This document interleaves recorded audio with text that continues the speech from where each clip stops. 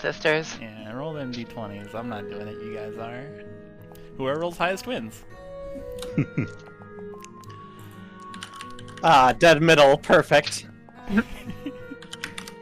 I can't win or lose.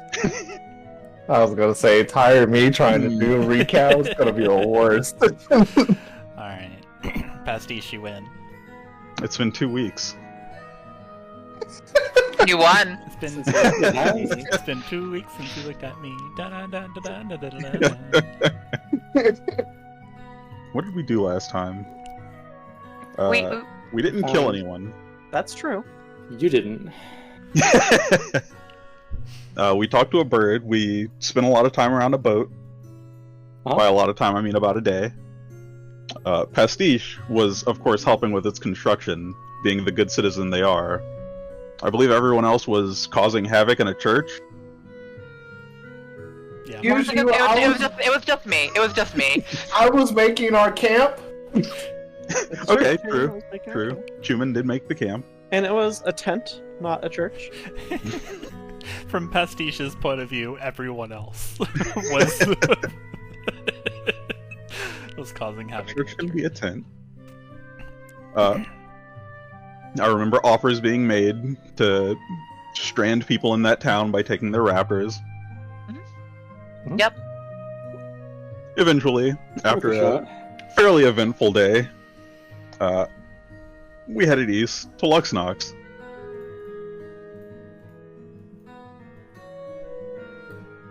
Yeah. And I believe we left off at the gates. Yeah, you're at the gates. let's when you arrive at the gates, the music changes from the loading music to the Lux-Nox music. Is that this music? No, that's the tourist music. Here, we're tourists for now. Alright. So, get a lot of this. You guys down here in the south, you may or may not have raptors. You have 3 raptors. They are not pictured. Also not pictured on this very large map is everyone else. It is a big city, it's crammed. I do not feel like putting a bunch of tokens because I want to show you the beautiful map. So, just to repeat the description that was given at the end of last night's session because it's been 2 weeks. Why not? So, as you come upon this place, this architectural jewel is built straddling a wide river, the Dagon River. The outer walls are clay brick; they're glazed. The river's blue-green waters divide the city in half, making 2 sprawling districts, Lux and Nox. There's the clay buildings, soaked with sun. They're crested with foliage, trees, shrubbery hanging over walkways to offer shade from the intense heat where an awning is not available. There's reed-bound boats that kind of bob along the surface of the river and the aqueducts and canals that flow into and around the city. They bear goods, people, stories.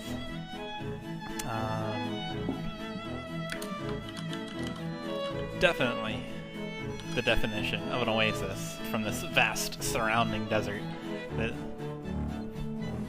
Nice place to be within this endless arid stretches of sand and red mountains and things floating in the sky and massive tunnels and crevices in the ground. As you get in, there's the thin aqueducts. They run from the river and they branch in both sides of the city, feeding the foliage that crests nearly every building. As you're walking the sandy streets, it's like walking through a colorful garden full of people of varying stations, cultures, classes, just bustling between the pockets of shade. You can see the large structure in the back. You cannot see the beautiful map. I will activate the beautiful map. There you go. Let's see here. Let's see, now that you're on the beautiful map, you can... let's move you guys forward. that matters somehow in my head. Yeah.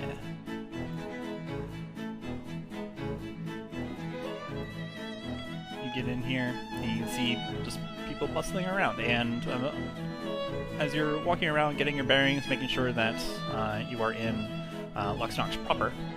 You're in the city now. You're walking around, just getting things together. Khorzare's beside you.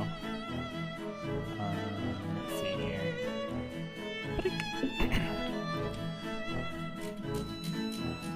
Khorzaire looks jovial as well. Glad to be in the big city. Almost as if the crest. Almost as if the light of dawn cresting the craggy desert cliffs. A shimmer catches your eye, and you can see a figure walking around. It is a Leonin lady. She is... her attire is a sort of like white, creamy hood with golden trim. It's worn very loose, and it covers only her upper torso. So midriff and belly and like the bottoms of her ribcage are shown to the sun. She's got a pair of bracers on, which baubles and jewelry hang from, and sort of like a dark mesh kind of shorts, capris that are kind of cinched and floofed right below the knees.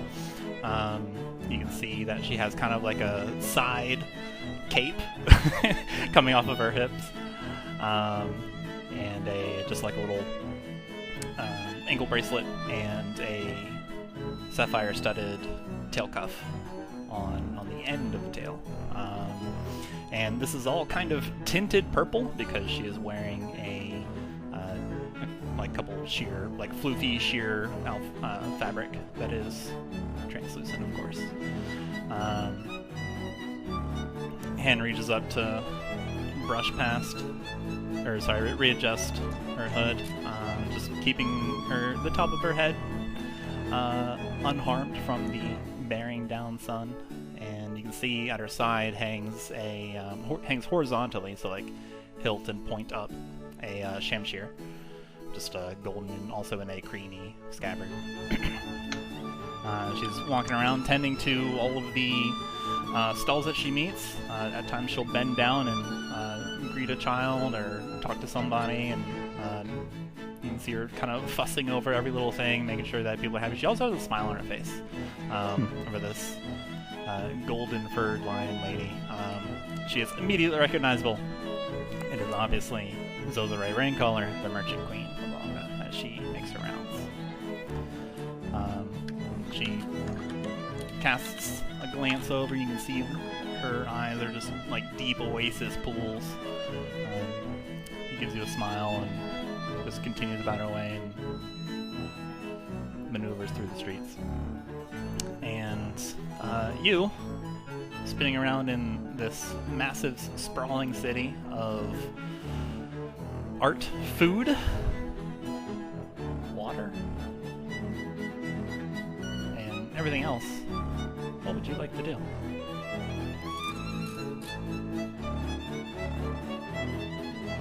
Well, Aliens going swimming.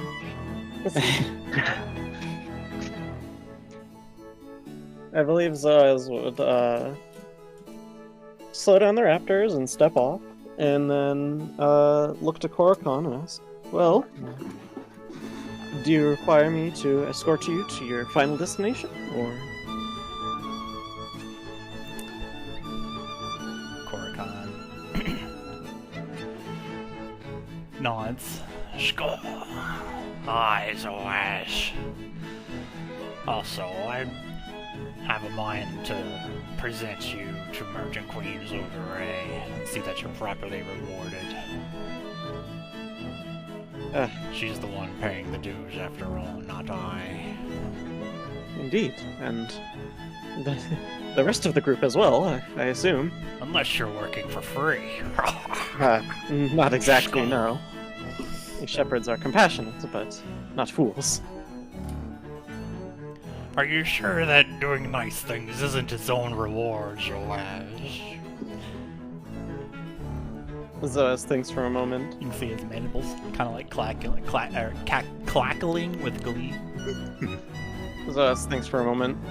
Hefts his pouch of platinum and gold. You hear it jingle around. No, I'm quite sure.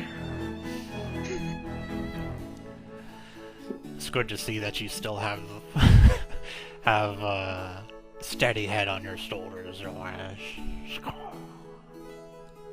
Looks like she's walking around today. You know what that means. We'll have to wait. Indeed. Well, at the very least, it should not be an arduous wait. Splash! Looks like Xalia has already found out what she's going to do. Yes, she's going fishy mode. She's extended into this skeletal, weird fucking mermaid thing, and she's having the time of her life in a public river.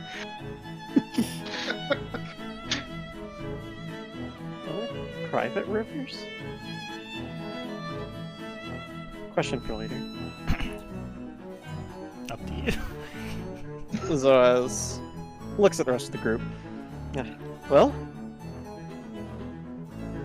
welcome to Lux-Nox. And or at least until until Queen Khorzaire, excuse me, has taken up post back in the castle, where we'll be for the next few days, I assume. When Zoaz formally introduces you to Lux-Nox, the music changes. Whoa.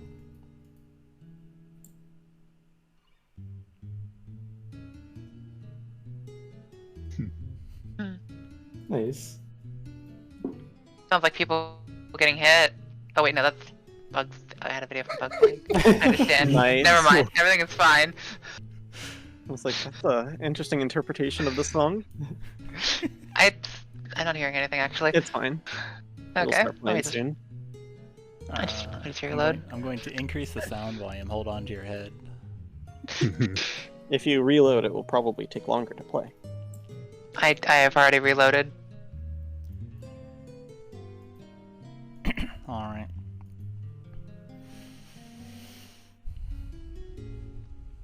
Pastiche is going to lift their head toward the sky, flit their tongue a bit, and sniff at the air. Tastes like people in sweat and sand and sun. No fucking way. That's No crazy. fucking way. The sun? There's no way. I don't believe you. You can also smell your companions about to take psychic damage. Whoa. Oh no. That's a strange smell. It smells like ozone. Well, Lux-Nox looks fairly nice for a city. It'll be a good few days to spend after our trip. Eventful trip, at least. Certainly an eventful trip. But Since it- with any luck, well worth the time.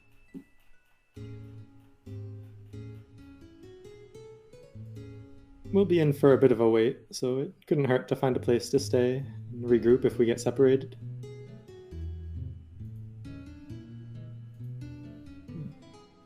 Oh, I suppose so. I figured that I would stay at the Temple of Selene, but for the rest of you, an inn room would probably be appropriate.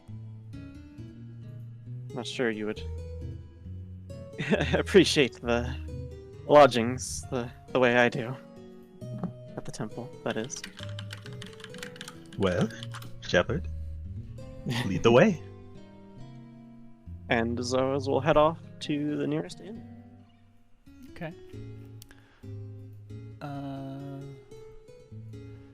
Maneuvering through some people.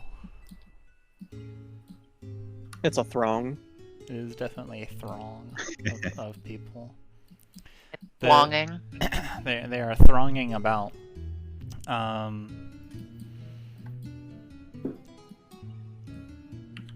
Like this. Let's see here.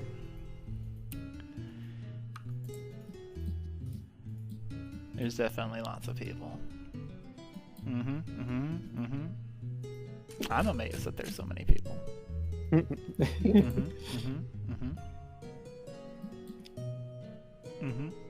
Yep.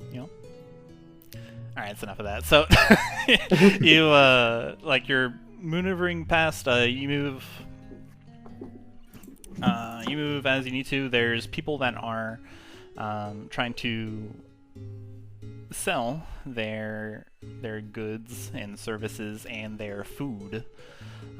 You can hear those out as the people yell out their pitches. Let us see if you can choose the finest greens, the greatest produce ever produced. There is a right outside the inn.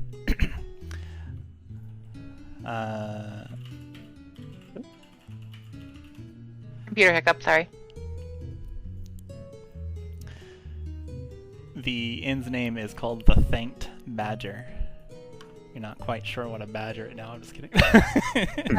Did you fish Xalia out of the river, or is she still doing that? I think they forgot you. Cool. Xalia will find her own place to stay. Pastiche would give her a wave on the way by, but not fish her out. Xalia will give him a fin wave.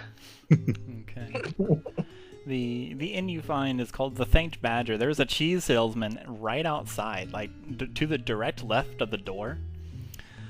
And he accosts your group as you show up, and holds out just this massive wheel of cheese and offers it to you. No one has as many friends as the one with many cheeses. I can't hear the music, by the way. There we go.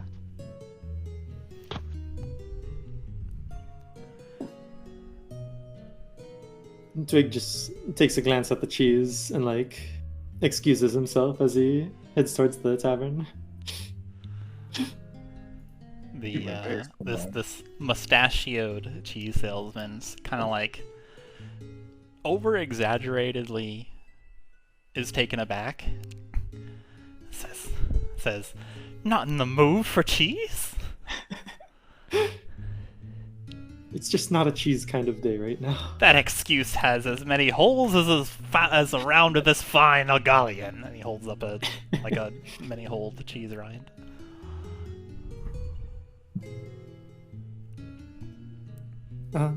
Well, I may not want some, but my friend Pastiche here, they would love some.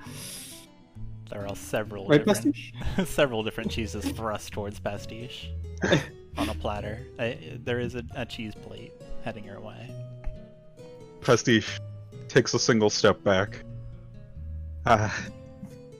flicks their tongue a bit to sniff the cheese. It's dangerously cheesy. How much is it? This is the finest cheese in Olga.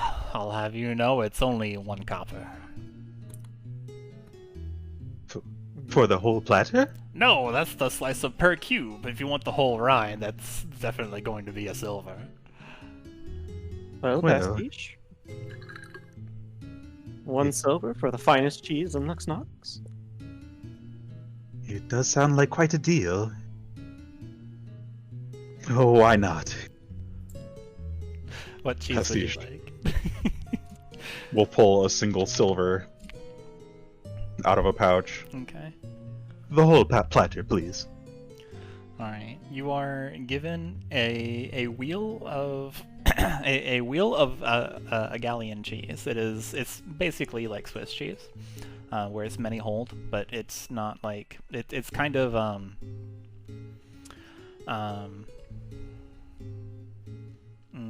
what's the word?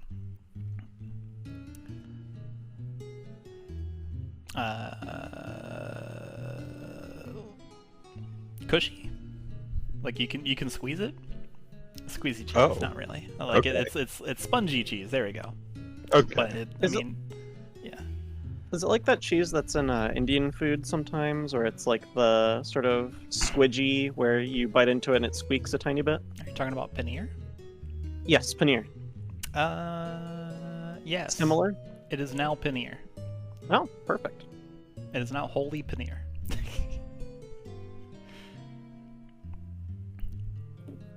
And this wheel of cheese is very large. Like it's as big as your head.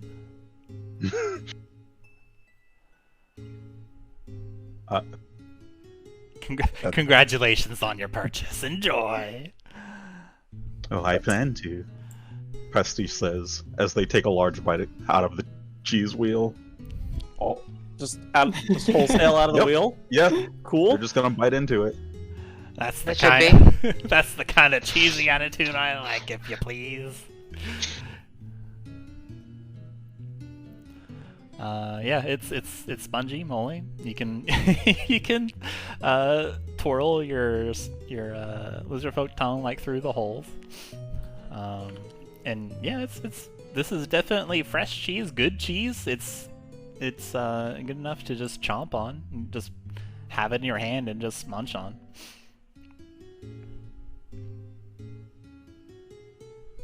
It's good. Pastiche, mouth still full of cheese, is going to approach Twig and offer the cheese wheel. Are you sure it's not a cheese kind of day? Twig will give the cheese an experimental peck. Just taking a tiny piece. The cheese, like kind of, it's a little bit of spongy cheese. So like when you peck it, it kind of like it's not able to offer like the resistance that a hard cheese might. So Oh, it kind of no. like zoop, zoop. So you come back with a smidgen more than you anticipated.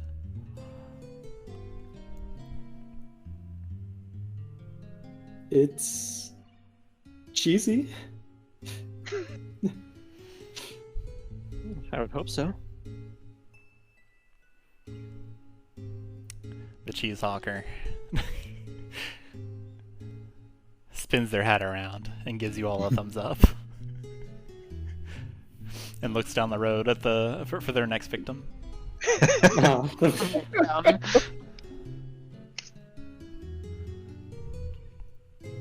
He got us. Now, into the badger? Yes. As the group heads into What- the badger, Xalia, who is underwater, you are definitely blending in with the crowd down here. Are they an elongated skeleton mermaid with like? Everyone is just cozying up to you. Like when you first splashed down here, you caused quite a commotion and kind of shook up the area, made your presence known. But now things have returned back to normal as you're coasting and swiveling down these aqueducts underneath the water, enjoying swimming with the fishes. You are able to see the underside of many boats, and these fish are just kind of going around doing their own thing. You do see a particular gruesome scene where it looks like part of the masonry that the canal is built out of just kind of like reaches out and just chomps a big bite out of one of the fish, and then just like a little mini whirlpool pulls it in towards the towards like this what looks like a shark statue, and it just goes down this little clay gullet and, swoop, and that fish is nowhere to be seen. You see that happen, and Okay. all right. Okay, here's the thing though. Xalia already had an idea. She's not gonna chase that. She's gonna try to avoid those. Okay.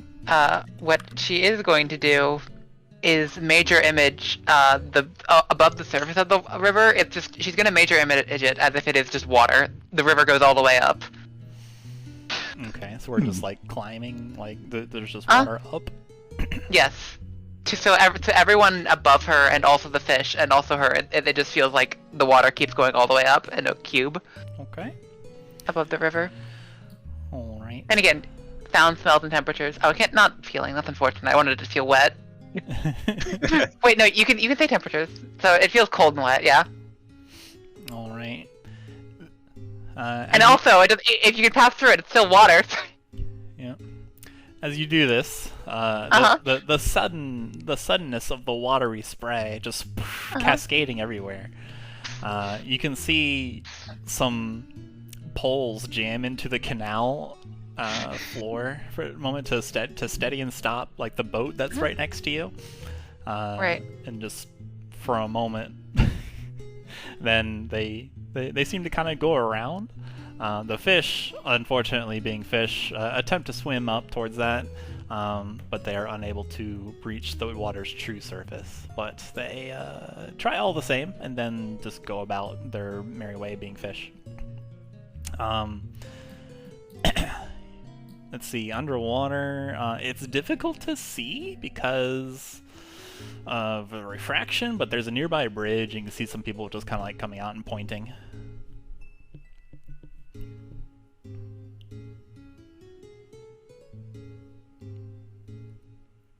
You can see, you can see beneath you, as your attention just as you're looking all around. You can see beneath you a couple of pedestrians are looking up and pointing at you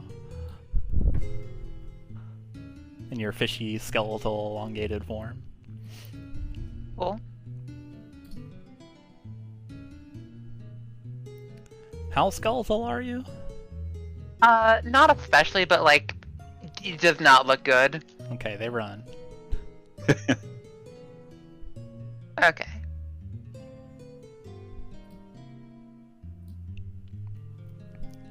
And you succeed in clearing out the little tunnel below you of all pedestrians, and also you succeed in having an upward waterfall of water cube. Good. That was her desire. Yeah, definitely. There is a commotion caused.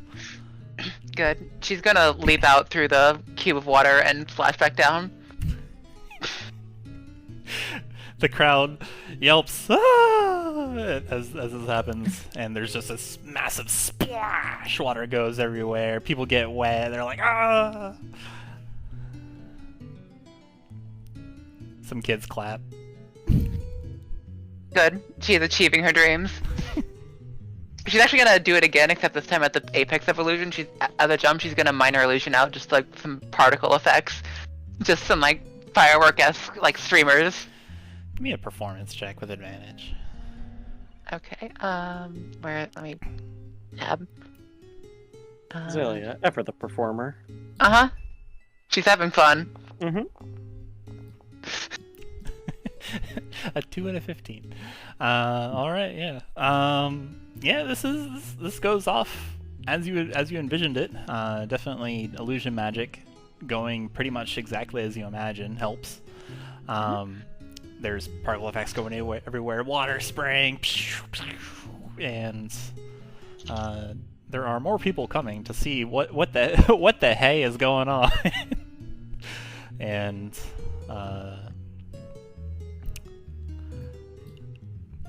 tales of the upward water in the middle of the canal of Lux-Nox on today will reach far and wide of the city.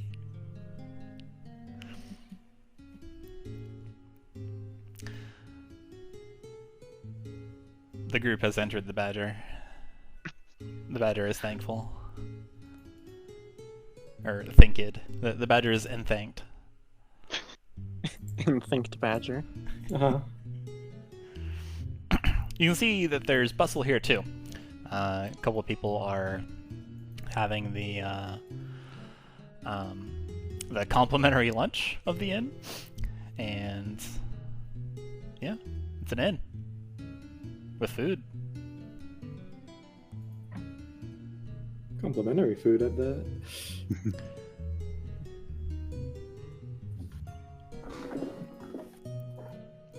Twig is gonna check out what's up for lunch. Okay. You can see the cornerstone of this prepared lunch is just a huge slab of meat. It is flanked by 2 spinning gyro poles that also have similar looking slabs of meat on them. It smells to be seasoned with beer, and you can see like there's a poach, and it's got like just glazed with more beer and rum, and you can see like it's also slathered in some kind of like like it smells that it is going to be spicy, and it's that deep mahogany barbecue sauce flavor. Looking stuff on it.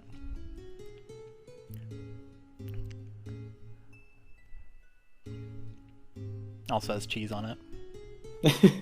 Of course, there's cheese. Twig like. Go ahead. Twig like whistles a little and turns to Zoaz. Says, "Wow, I've never been here before, but it looks like they spare no expense." As you turn towards Zoaz, behind you is a large Leonin, this massive cat fellow, blocking your view of Zoaz, and you say this to him instead. And he says, "Cheese and meat, cheesy meat." Out of the way, bird. I'm about to have some cheesy meat. I'm going in. And you see like behind them is a little lion person cubs. Like, I can has cheesy meat. Uh-huh. Zoaz will excuse himself to meet with Twig and say, yes, well, I figured one of the nicer inns would be good for the group. And, I'll pay for the room. Speaking of which, and Zoaz will approach the barkeep, I suppose, and ask for a room for the group. Hoi hoi, how many shall it be? Zoaz turns around. 1, 2, 3, 4, 5. 5, I suppose. 5, all right. There'll be a silver for each of you, so 5 silver for the lot, please. Do you need extra wet naps?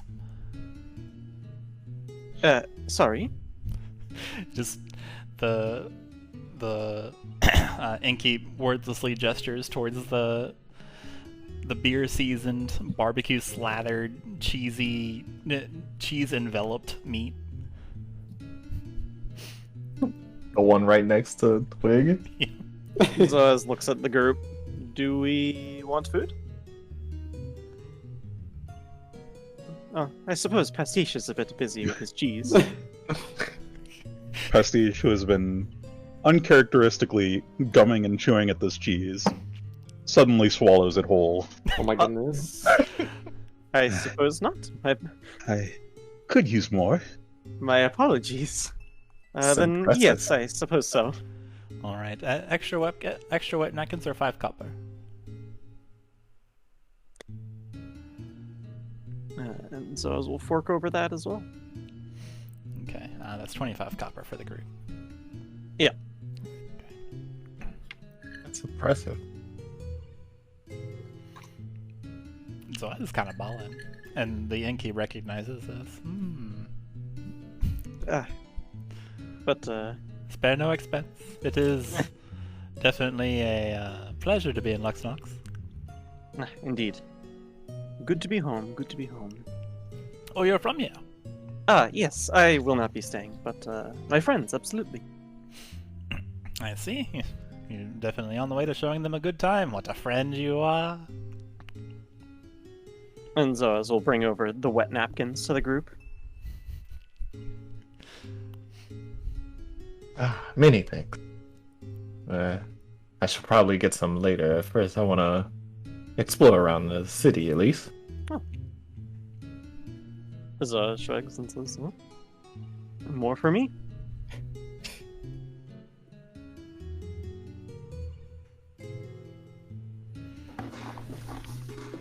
Cheesy meat, cheesy meat. Cheesy meat, cheesy meat.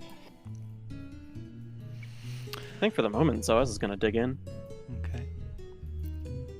Yeah, Twig wants some cheesy meat. Alright. Everyone can has cheesy meat. Nice, nice. Cheese. You can see Makayla perhaps has a little bit, and you can see her eyes kind of lid, like get a little half lidded. Oh. You can hear her kind of mumble a little bit, just a little quietly. So as I think I've caught something. That's no good. I've caught the itis. So Oh, I see. I understand. I think I'll. Where's our room? I think I'll just have a nap. But indeed, I'll bring Makayla to our room. The rest of you enjoy. And Zoaz will excuse himself. He'll dab at the sides of his mouth, his almost crocodilian mouth, with the wet napkin to remove the delicious barbecue cheesy goodness. And I then haven't been yelled at. Where is she? Having the cheesy meat. and then he will guide Makayla to their room. Alright. Makayla wobbles in and then flops face down. Pratt falls on a Oh, bed. she's down. That's where she is. She's down here yelling at Ash.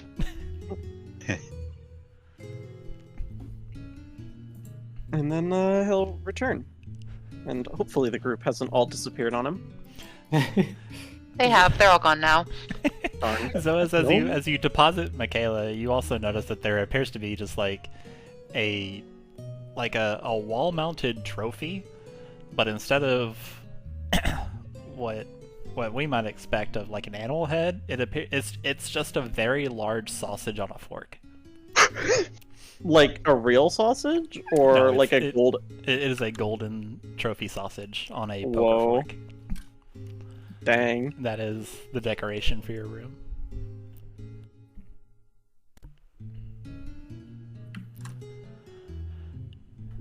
You do find your you find your group.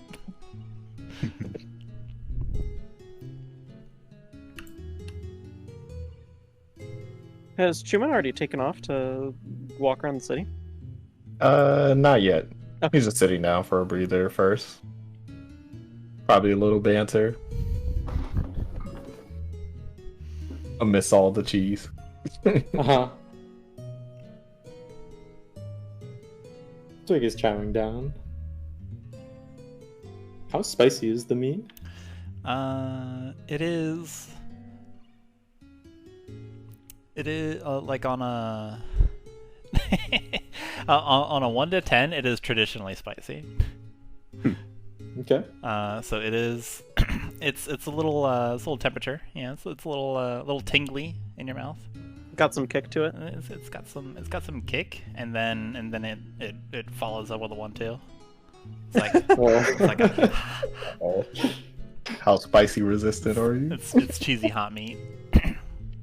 Cheesy hot. Yeah, as you're reeling from the spiciness, Oh. and as you're all reeling from the spiciness, as like it hits you, and then like the after hits you, you can see them like preparing another thing of cheesy meat. Not quite sure what kind, but this one, it looks like just like a big old 38 ounce, and it's like they just lambast it with some sort of like honey pickle wasabi mixture, and then for some kind of spectacle, the chef like picks it up and then spinning pile drives it into a bucket. the contents of the bucket splash everywhere, and everyone claps. And he seems to be spraying it with some kind of aerosol can, and he can feel the fresh, clean, the fresh, clean scent waft into the air.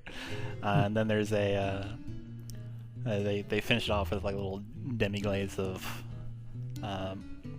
like thick and funky looking mushrooms that are kind of like in the jar, but in the jar of glaze. Looks like they're preparing the next course. Chuman impressed by the performance. You know what? I think I'll have some before I leave. Looks like Zoaz is handling the spice pretty well, given that 18 on con saving throw. Yeah, it's a taste of home. Delicious. Pastiche is going to excuse themselves from the table briefly to go deposit their cheese wheel in our inn room Wait, before returning. Didn't you hold that down? I swallowed the bite I had. Okay, I definitely The entire interpreted party was under the impression you swallowed the entire wheel. Yeah. It was like a collective imagination illusion in front of all of us of your neck just expanding. That was definitely what I thought. The image in my head was Pastiche taking a bite, thinking for a moment, then shoving the entire cheese wheel down their gullet. Look, that's not off the table, but it hasn't happened yet. It's true. not yet. Yeah, see, Chuman is confused because he's like, didn't he just eat the entire cheese? Not realizing that you only took a bite. Alright. To be fair, it was a big bite. Alright, Pastiche, you get up to the room, you see Makayla just pratfalling. Or not pratfalling, just face down in a pillow. Like, hanging off of the bed. Like, her legs are like, she's diagonally positioned on the bed. Oh no. Oh boy. Just face down on the pillow, not even, like, under covers. It's still, still wearing everything of her traveling gear. But you do notice this golden trophy of a golden sausage on a golden poker. It's a pretty big trophy. It's large. Pastiche is going to take a moment to straighten Makayla out and tuck her in before I thought you were returning. about to say that. I thought you were about to say they were gonna eat. They were gonna have a bite of the sausage.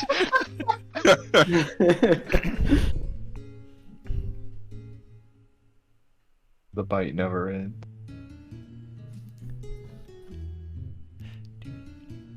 Alright. Makayla is straightened down, by golly.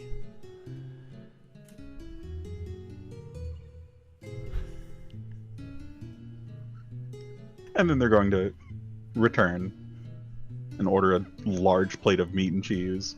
Alright. Cheesy meat. You get cheesy meat. The little lion cub is loudly excited about having cheesy meat. You can hear them over the hustle and bustle and just the din of the tavern.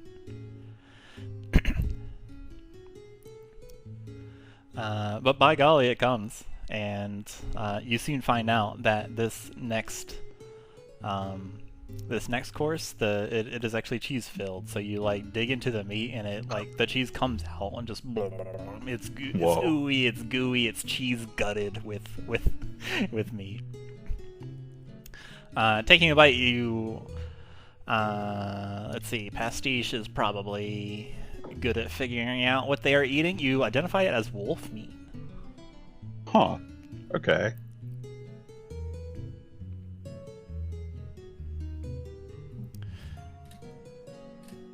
Your occupation has afforded you a few lavacious dinner with nobles, Yeah. and sometimes they eat this.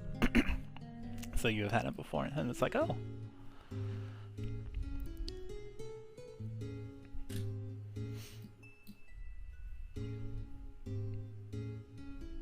Pastiche notes this, but probably wouldn't mention it.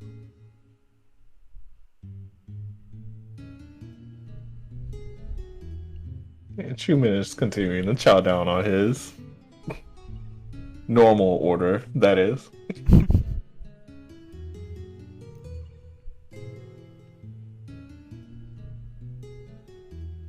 Zoaz thinks for a moment and says, "Ah, Pastiche. I believe you would potentially find a better usage of at least some of these, and would show Pastiche the spell scrolls that they found. Just gonna pop them up without consuming the usage in the chat, if that's alright. Yeah, go ahead. Also, by the way, Zoaz, after everyone has settled down and gotten their energy back, and you have been like you're safe in a big city, you're consuming good food, you're among friends, you all now like realize and notice that there is a rock floating around Zoaz's head. Yeah.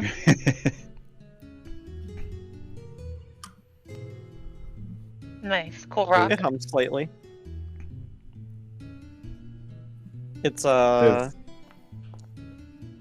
is orbiting in a 3-foot circle around Zoaz's head.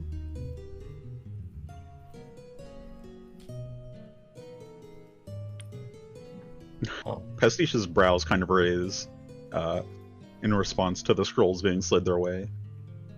They'll take a brief break from their cheesy meats to pocket them before pointing out the stone floating around Zoaz's head. Is that related? I don't believe so. I found it down in the tomb. I had not discovered its purpose until now, but during my watch, I spent some time with it and discovered its magical properties. And what are those properties? Zoaz raises an eyebrow and says, I believe that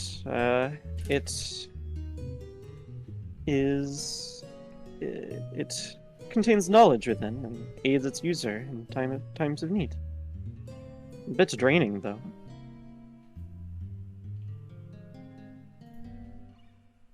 Pastiche is like half listening, eyes trained directly on the stone.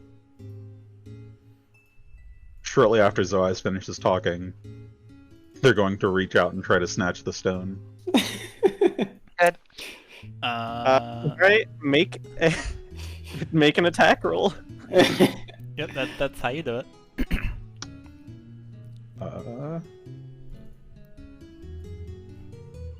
What is an unarmed attack roll? It is your proficiency plus your dex plus your strength. Yeah. You can also make a DC. You can also make a dexterity check. Acrobatics, that is. You know what? Yeah, we'll go with that.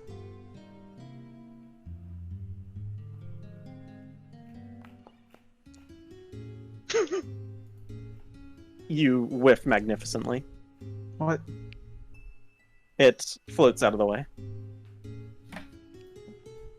In response to this, Zoaz is going to snatch it out of the air. It makes a satisfying noise as it hits his palm. And say, "Excuse you," and pocket it in his bag. I was simply curious. Then you should have asked. I did. No, you didn't. You asked what it was, and I told you. Yes.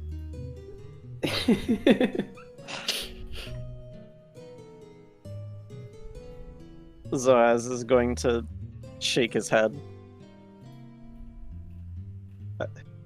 Surely you didn't think I was planning to keep it? Pastiche, my friend.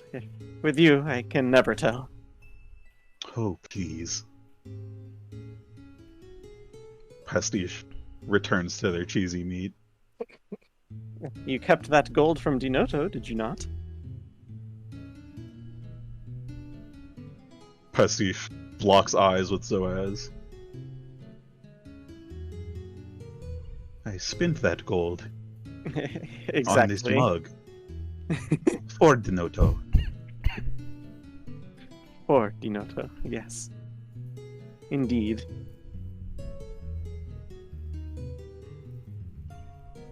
Oh, no matter. Pastiche takes another bite, eyes still trained directly on Zoaz. I think Zoaz is gonna start ignoring the stairs.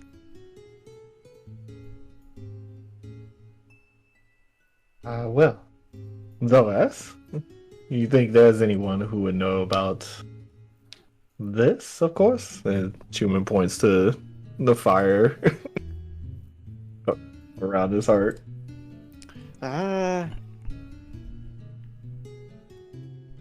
Lux-Nox is a big city, my friend. It's hard to say. I'd connect you with Pine, but I don't believe he's here right now. It's a shame. Indeed. Well, admittedly, I've been out of town for a bit. I met you back in Tenuto, and I had been there for perhaps a month or so. Time flies in a city this big, this busy. Yes. For my hometown, I can agree with that. Twig, you are from Lux-Nox, right? Twig nods. Would you happen to know anybody? Well, sure, I have some friends here.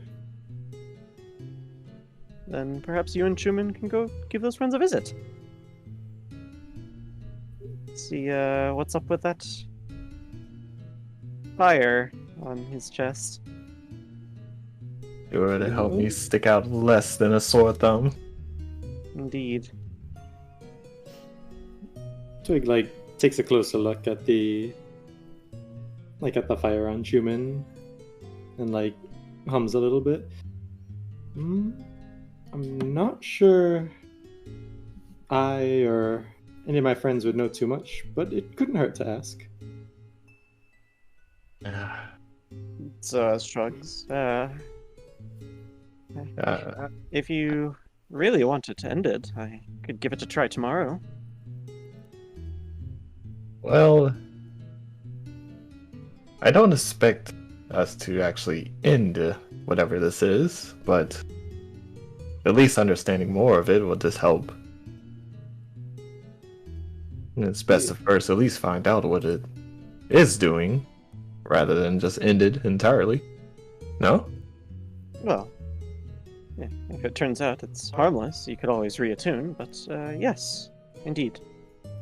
It hasn't done you any harm yet, and well, don't suppose it will in the future. You haven't noticed any negative effects, right? Like no pain or burning? None at all. It's been the same since.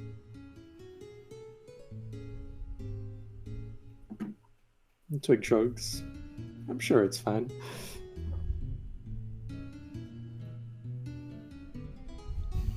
Oh, only one way to find out. And while we stay here for a few days, hopefully someone will provide some information on it.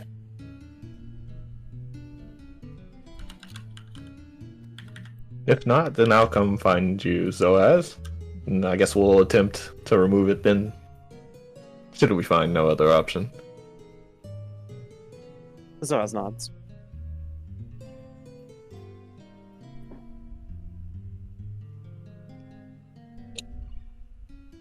And Chuman finishes up his plate. Well, I think I'll take a walk around the city, look around, see what's in store for this place. Sounds good.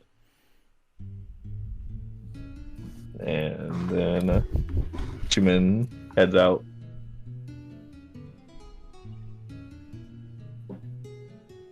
As Twig finishes up... Sorry, go ahead. No, go ahead.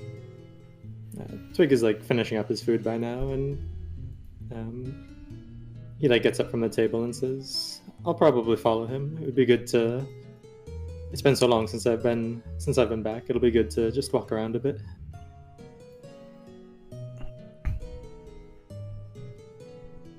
And he'll start heading out. Kind of looks around. doesn't say anything, but will get up and follow Twig shortly after Twig leaves.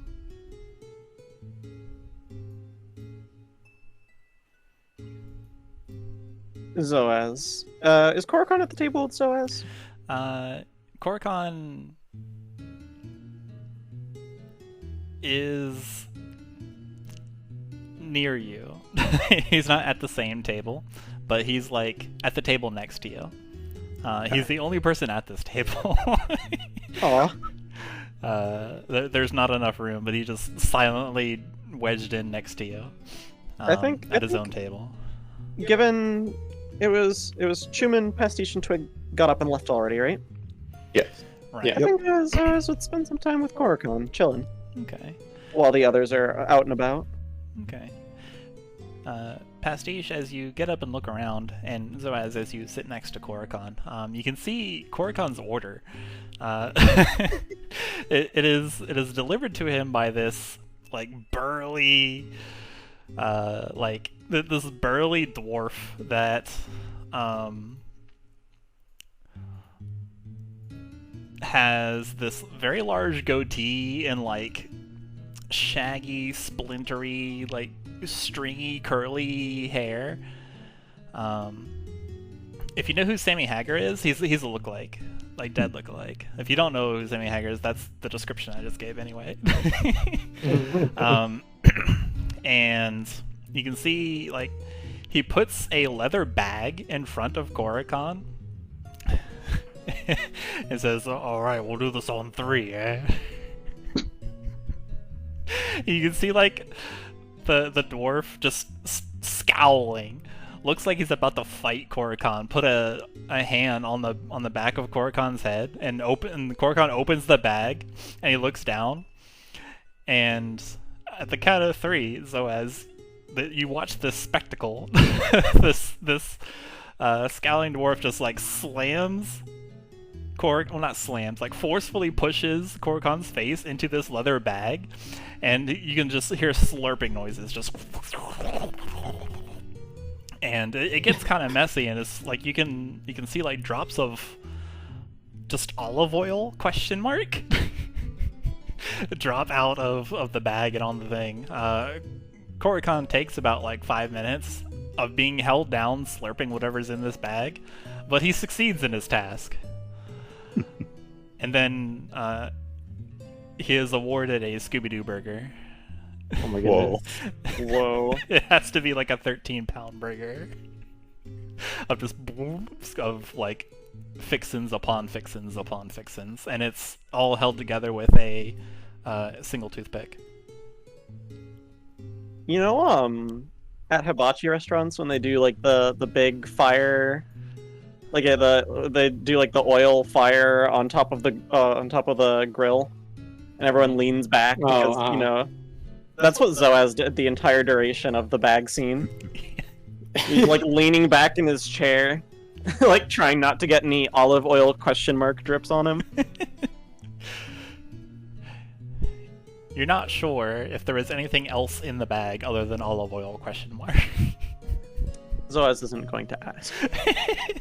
But the dwarf claps and praises, like he still is scowling, but like he's happy and praising Korokon on his victory, and he delivers the burger and goes into like the kitchen or something. And that's what happens. And we go to the 3 that exited. Hello.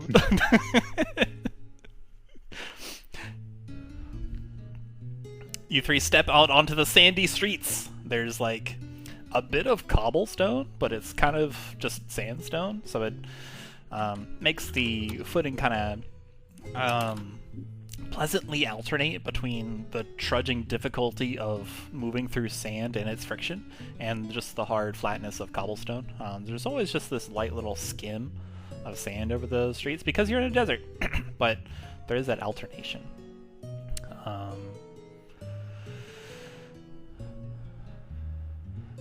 You can... How long does Major Image last? Oh, sorry, you're back to me. About a minute, if I remember correctly. Okay. Oh, well, it says... You can see a group of people like the last 10 minutes. Yeah, 10 minutes. You can see a group of people, like the last bits of people that what looks like may have been a show on a bridge near an aqueduct. They're dispersing and they're all just going their separate ways. Okay, she doesn't care. Actually, what she's going to do is because it's a major image and she can shift it, she's gonna make it look like a kraken is bursting out of the water cube, like just tentacles imploding out in every direction. Jeez. And that's gonna vanish and she's gonna swim away. Xalia skulks about the aqueducts. No, she's having fun. Yeah. So you three are out on the Pastiche, Twig, and Chuman. Are out on the sandy streets of Lux-Nox, the capital city of Olga. What would you like to do? I think Chuman is actually just wandering around, just looking around the city, see if anything catches his eye. But at the same time, doesn't notice that Twig or Pastiche is following him.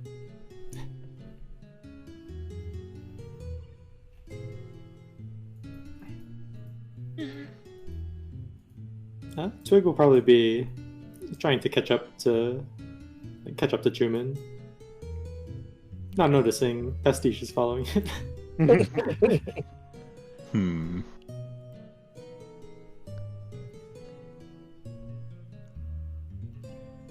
Go on, be different.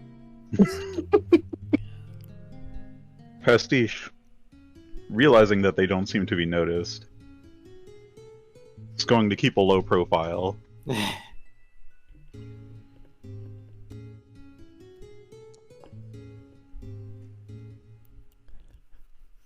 Not the lowest profile. They aren't going to make their own presence known. Okay.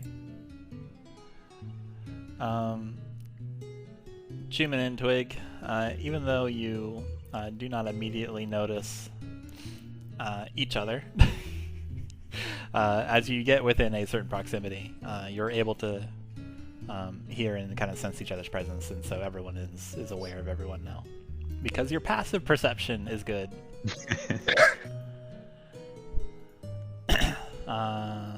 Chuman, as you're wandering around, sort of leading the group in its meandering, you do see many more throngs of people. Like it's a bustling city. It's a large city. There's people walking. There's people running, jogging. There's people building things.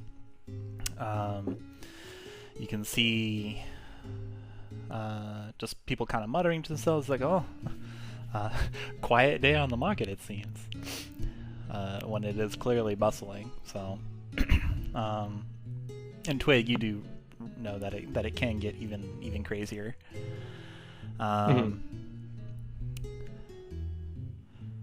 There's still people trying to hawk their food. Let's see, people riding raptors. There's you pass by a weapon shop. You pass by a like an artisan shop. You pass by a cobbler. You also pass by someone selling cobbler near the cobbler.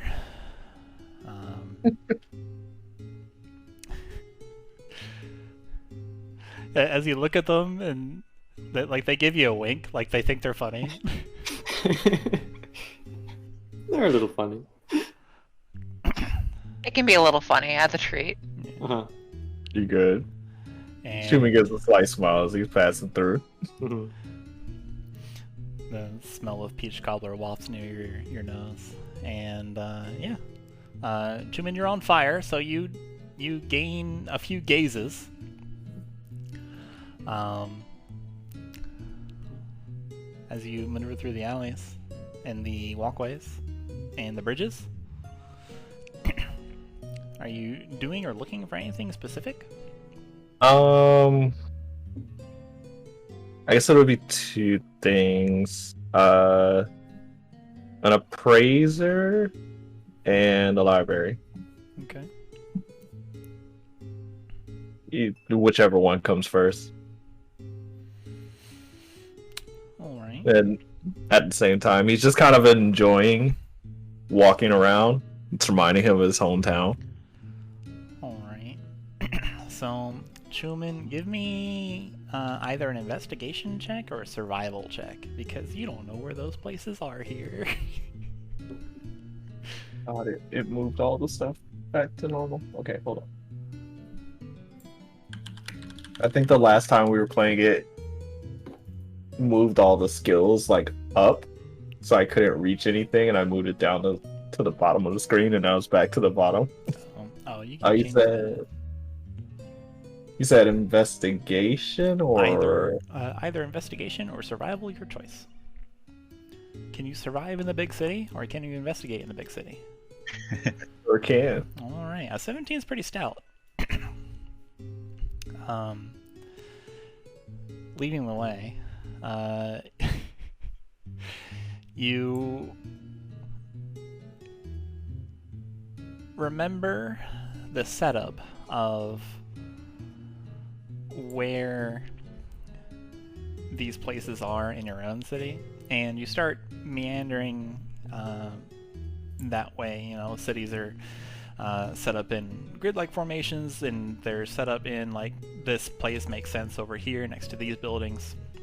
So using that as your guide,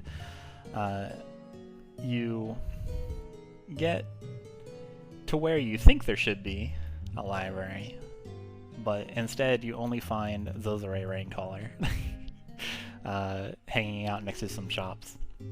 She sees you looking around and asks, "Are you?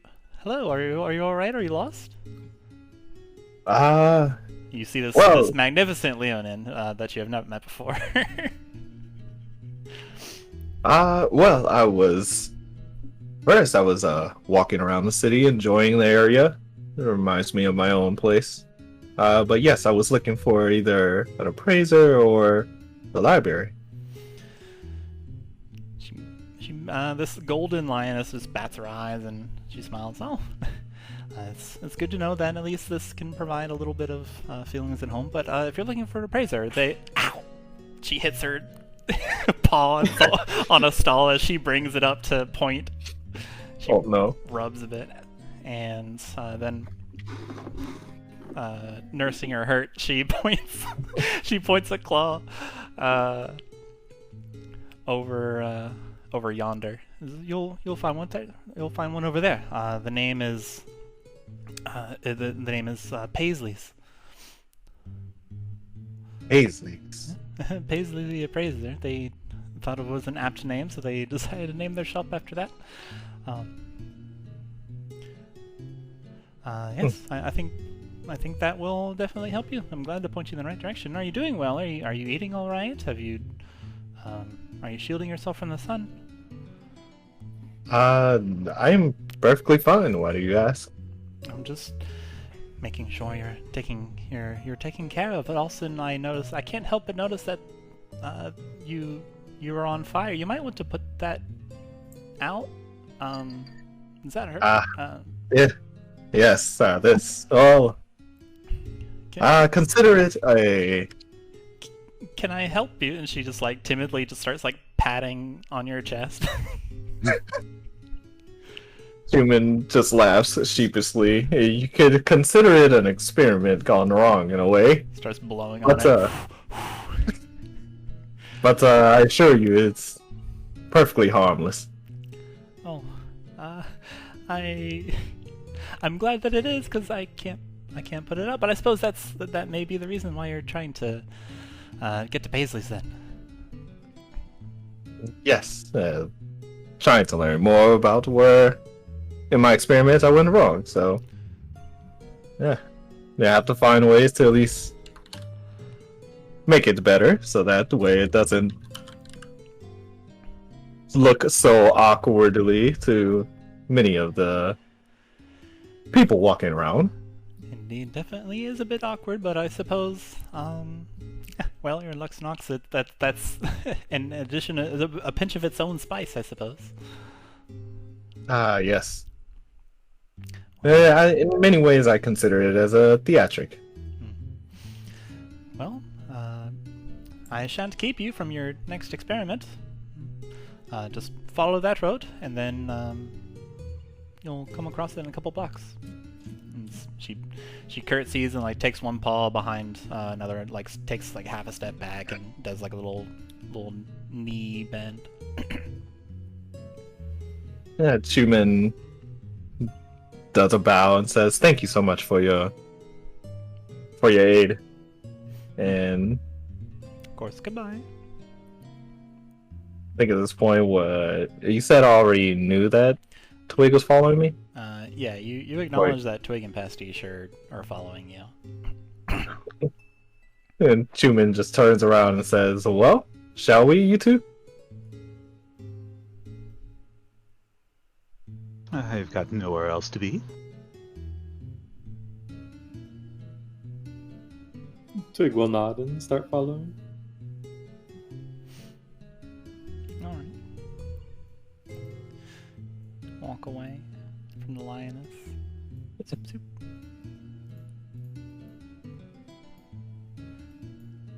Just bloop, bloop, bloop, bloop. Just maneuver around. You follow directions, and you arrive at Paisley's the Appraiser. There's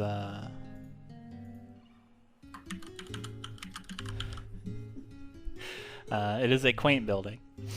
It looks kind of like a townhome, where it's just like a thin thing, and it's got like steps leading up. Nice. Little- Chuman walks. Yeah, little sign with an hourglass on it. Chuman walks right in. "Hello, anyone there?"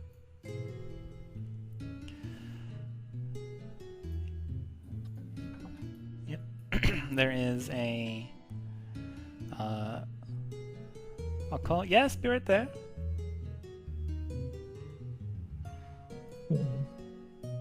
While he's waiting, look around the room that he's in, taking stock of what's there, Okay. what he has. While I look for the sickest goblin art that I have. Oh yeah. I don't have the sickest goblin art, but I do have The second sickest the goblin second art. sickest goblin art. Where are you? Shabam.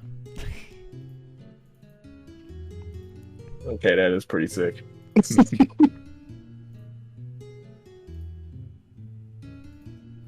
Where's the goblin art? Is up here. Next to the other 3 goblins. Wow. Oh, I see. That's some pretty thick goblin art. Make a Have you considered not being sick, by the way, gamers? give me a give me a perception check if you're looking around this place.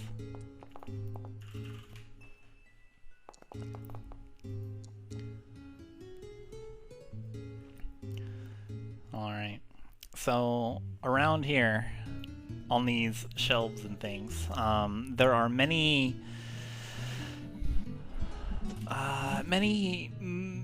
items that are made from metal.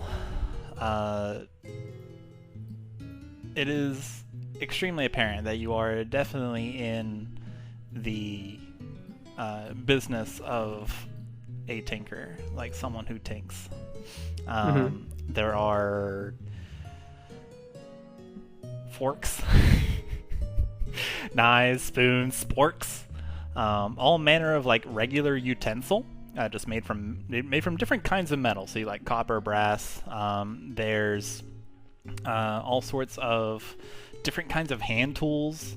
There's needles, whetstones just sitting around. You can find little bits of scraps and cloth, leather. There's a very large pot that has like a brush kind of hanging out of it. It looks like it has a very goopy substance in it. You're not quite sure what it is from here. Except for Twig, you notice the label says in all caps, goopy glue. you're not quite sure what what non-goopy would be, or what trait makes this goopy. But many metal things. There's sextants, there's compasses, there's this person likes to mess around, and this person comes out. They're wearing goggles. It appears to be a little goblin with kind of grayish hair, kind of like fluffed up into a short pompadour. Ears going crazy wide out to the side. They got a nice bandana. They're like, "Oh yes. How do you do? How can I help you?" Well, You're yes, on fire. They immediately take a fire extinguisher and just blast you with it. Chuman at least blocks his face. Make a dexterity saving throw.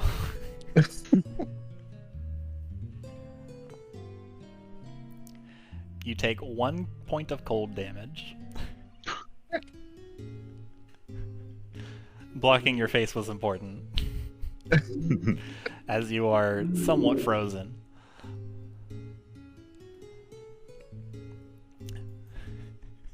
You learned that instead of like a fire extinguisher, it's actually just the equivalent of an upside down can of air. Oh my god.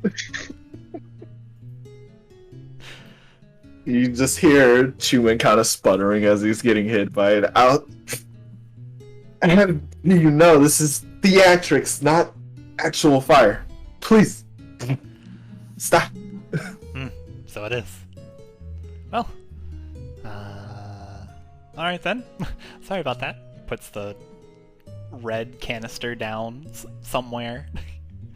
And this goblin wearing goggles just stretches the goggles out, puts them on their forehead. Bloop bloop. You can see these like harsh, beady yellow eyes, just looking you three up and down. What brings you to Paisley's? I'm Paisley. Well, I had this item and wanted to see if you had any information on it. Sure. Let me see. Put it on the table, and they just jump up onto a little kind of bench, and just they're in front of a workbench. And Chuman puts the Emberblade wrapped up onto the table for him to take a look at. Doesn't actually tell him what it is, just a regular blade. Okay, this is the sword. That'll be 1 copper. Chuman looks over at Twig and Pastiche for a second, and then looks back. We can tell that's a sword. Oh, why'd you bring it to me? I was expecting you to know if there's any magical properties with it. Oh! You want to see if it's magical? Sure, 1 moment. Anything worth out of the ordinary, at least. Sure, I can. I'll do me thing. So the goblin hoists this thing that was hard won from you, or from a robot, and it's hard light holograms. Kind of looks at it, turns it over, spins it around, bites it. Takes like this huge like little metal set of clamps and just like clamps one part of it, nods in understanding, and then tosses the clamps behind themselves.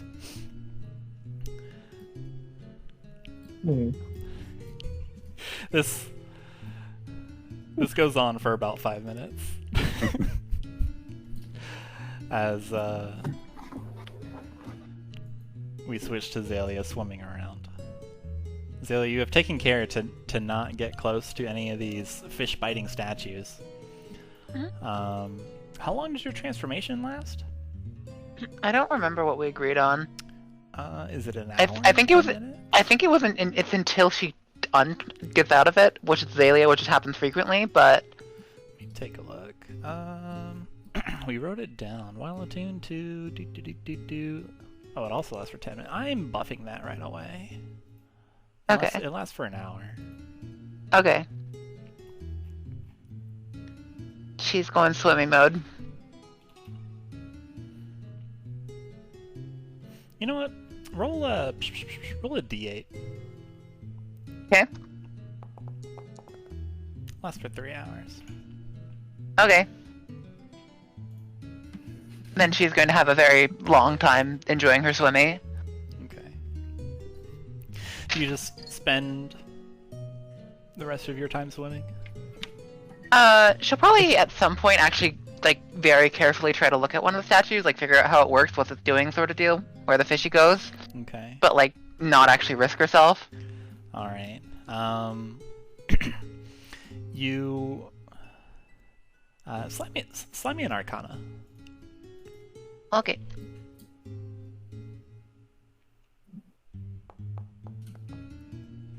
That's pretty good. You managed to understand how this statue works.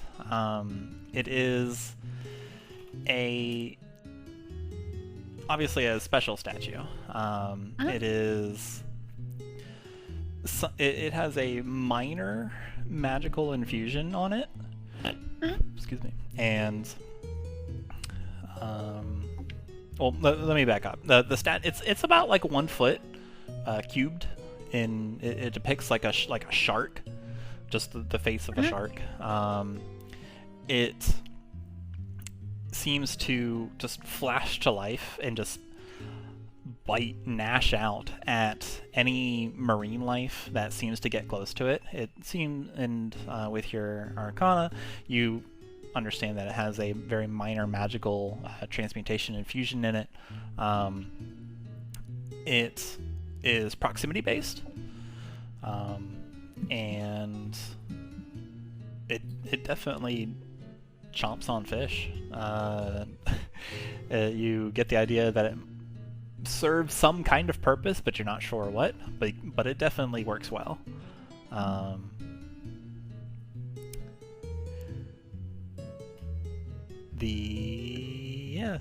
That's it.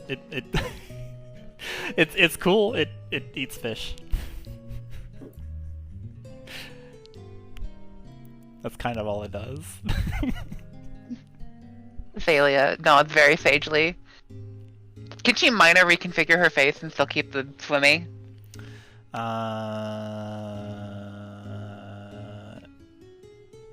Through the blessing of Lux-Nox, yes. Okay. She's gonna reconfigure her face to look like one of these statues. Alright. Your face takes on a more sandstone, chalky construction. And you now appear similar to this shark statue while you are in your skeletal fish mode. She's gonna go poke her head out above the water at boats. Alright. Let's see here. Make a charisma check.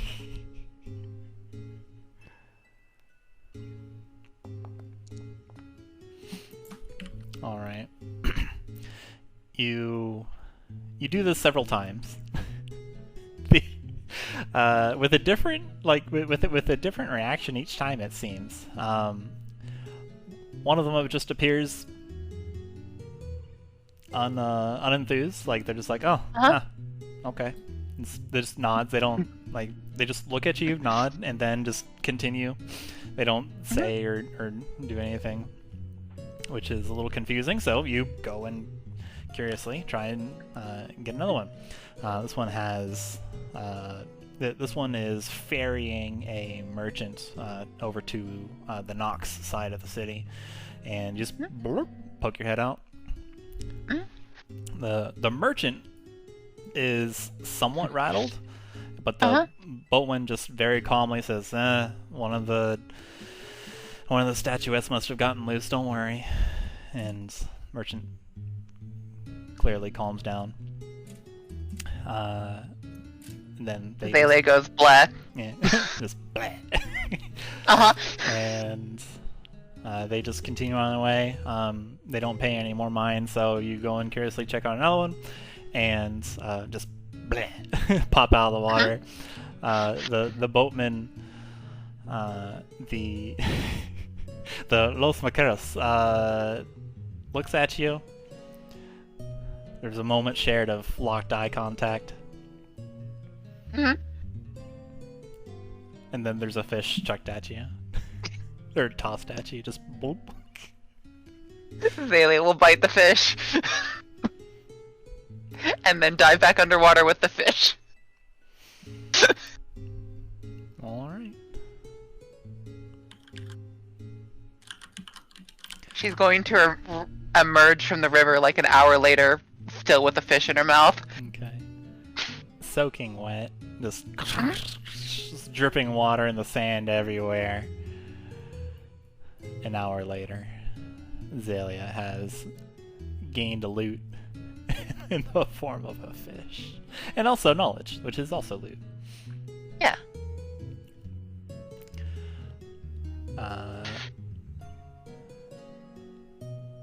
Let's see. Where is Xalia headed off to next? Where is she? That's a good question. She's not aiming for anywhere, she's just getting out. You're not sure where you are. What is your passive survival? 10. You're not sure. She's just gonna start wandering around then. Alright. Zoaz and Korika. Alright.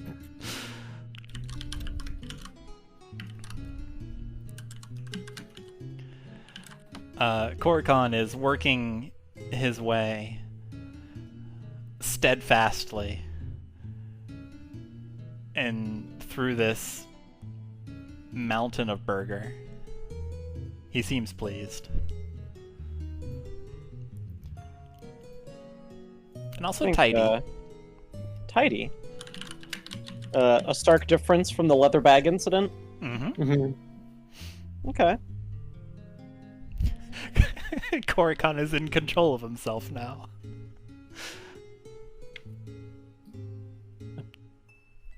I forgot. Above board, I forgot to pass the scrolls actually over to Pastiche, so I'm going to do that now. Zoop. Oh, that's right. Give out a player is kind of broke. Bye-bye. It was Dragon Breath, Wind, and Sandstorm that were given over. Okay. Anyway, Zoaz is probably drinking some water, hanging out with Korikon, probably trying not to stare too hard at, Crab fastidiously eating, which doesn't add up in my own head, but, if he does it, he does it. By golly, he does it.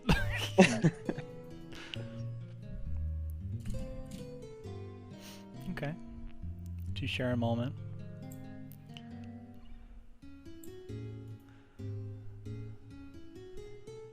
There's the hubbub of the inn. It seems lunch. As you sit next to Korikon and eat, and you just kind of enjoy the aftertaste of the food that you also get, the cheesy meat that you consumed.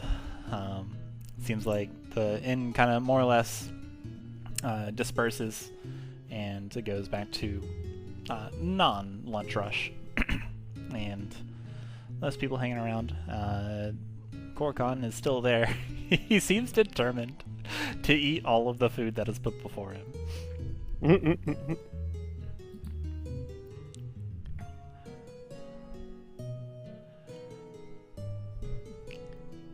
Korikon, is Lux-Nox where you make your home?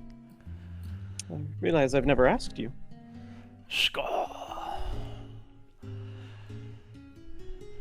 No, Zoaz. My home is in Tenuto. there is a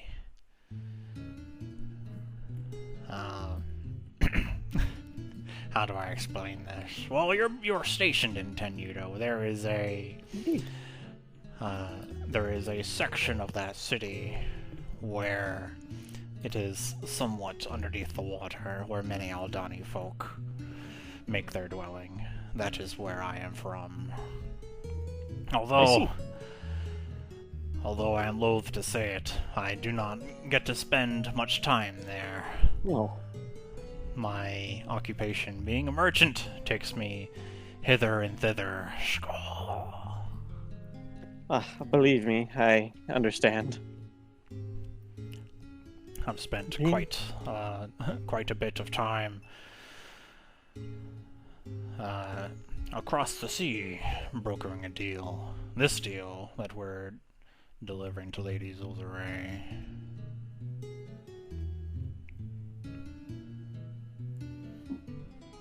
So although it was brief, I was happy to be back. You could say that Lux-Nox is my second home. I suppose any Khorzian can say that Lux-Nox is their second home. Indeed. Well, hopefully we have a relaxing stay. Where do you call home, Zoaz? This very city. Is that so? Indeed. Whereabouts? Well, I spend most of my days out and about, as you do. A lot of a shepherd, you see, but when I am here in Lux-Nox and not working, spend most of my days at the temple. Temple of Selene, that is. I see. Work takes us far and wide. We are equal in that regard, it seems. Indeed.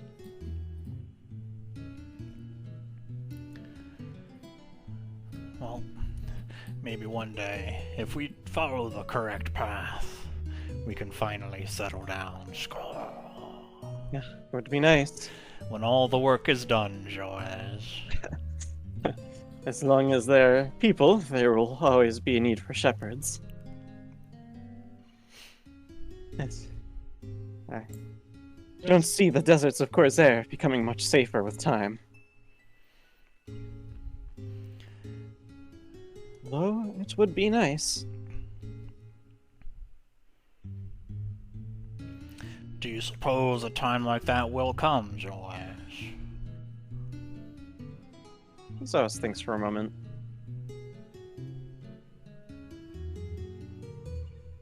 Well,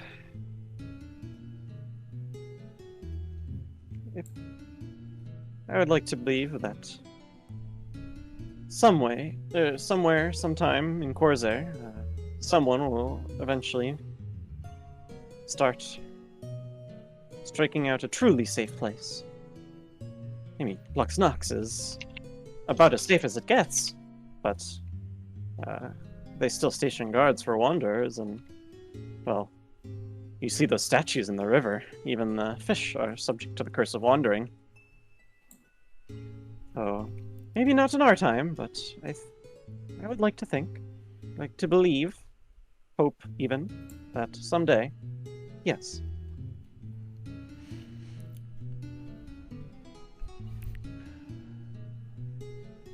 Looking toward the future, Zoaz.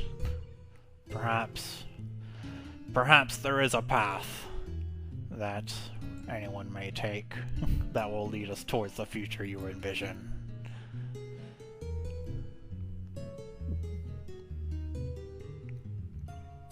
If Selene wills it.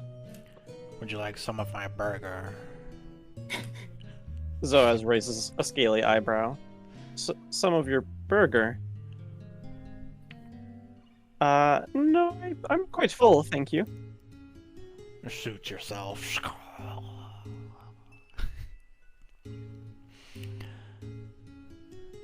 Are you going to meet Lady Khorzaire in those garb, or did you have a change of clothes? Not, forgive me, I am not remarking that Your dress is inappropriate. It's just idle conversation, you see. Zoaz chuckles and says, no harm done. I understood your meaning. We'll see.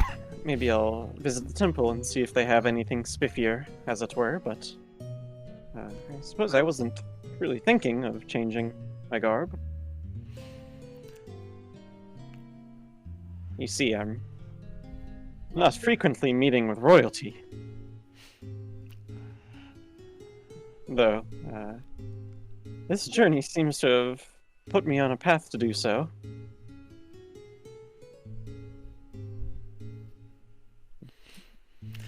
Well, Lady Khorzaire may be the most casual of them. Perhaps she won't even mind Xalia. Oh, Xalia, help me, I just realized.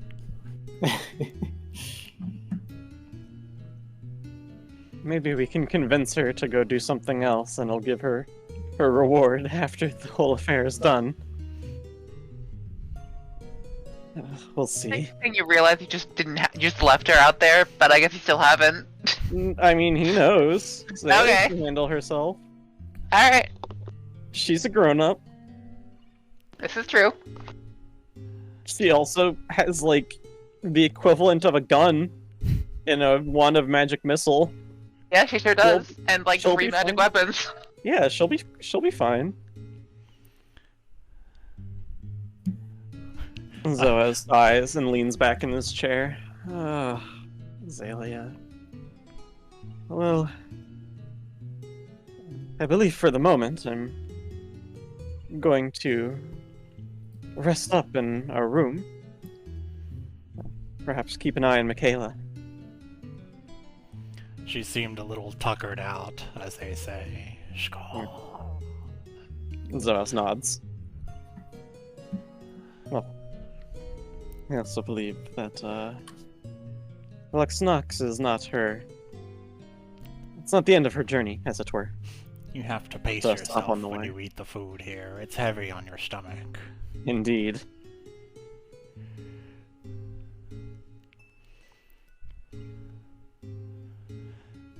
When shall we reconvene, Zoaz? Zoaz thinks for a moment. Well, I suppose giving the group a day out on the town and some time to relax would be good. Perhaps tomorrow? Does that work for you? It would work for me if it also works for the Merchant Queen. Ah, indeed. Perhaps I should go and see if I can find out when... Well, I know her schedule isn't exactly public, but if I can get some information on perhaps a time where we could meet with her. Indeed. Maybe Elena... not sure if you know, she's the leader of the Moonlight Shepherds. Maybe Elena knows. I'll go and see if she's at the temple. Though, I seem to remember at the beginning of this journey she had not shown up, so... Well, we'll see. Suppose I have some questions to ask there. Is that so?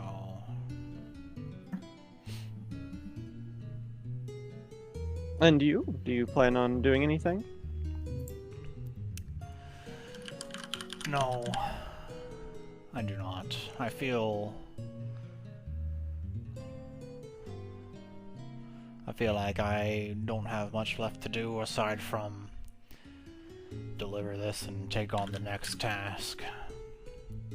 I think I'll spend the next while thinking.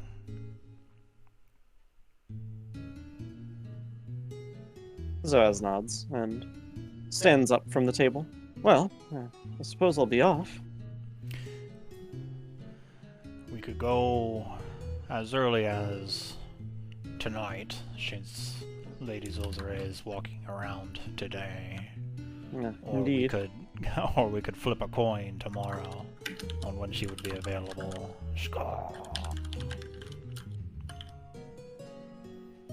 Well, I'll go do some investigation. Perhaps gather up the group. Fare you well, Khorzaire. Certainly. And Zoaz will take his leave.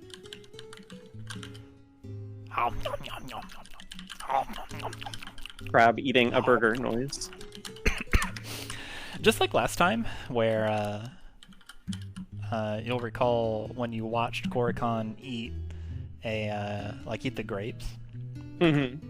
This burger goes under a similar phenomenon, where Khorzaire, this Aldani merchant, like makes eating noises, and like moves his head, but like he doesn't actually seem to eat or like take bites out of the food. It just kind of like progressively gets smaller, just bloop, just bloop, bloop. As crabs do. Mm-hmm.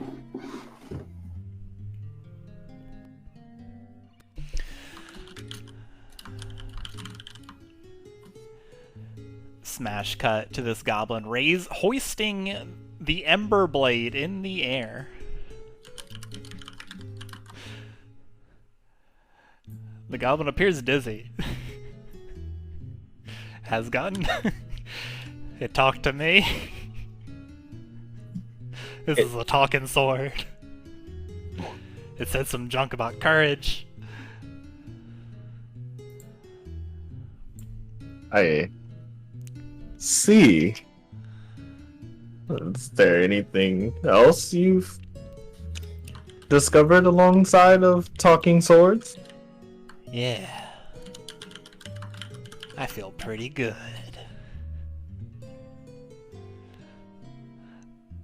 Chuman, you suddenly collapse on one knee. Oh. The fire on your chest goes out and you gain 2 points of exhaustion. Oh. I'm sorry, Chuman, have you been carrying around a talking sword? Oh. It... how should I put it?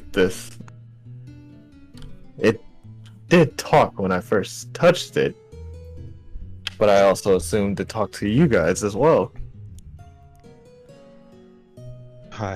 This is the first I'm hearing of this. Where did you find it?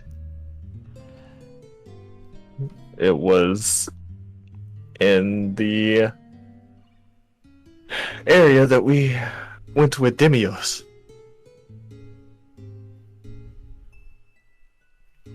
After we had that grueling battle or evaluation, I guess both are both valid.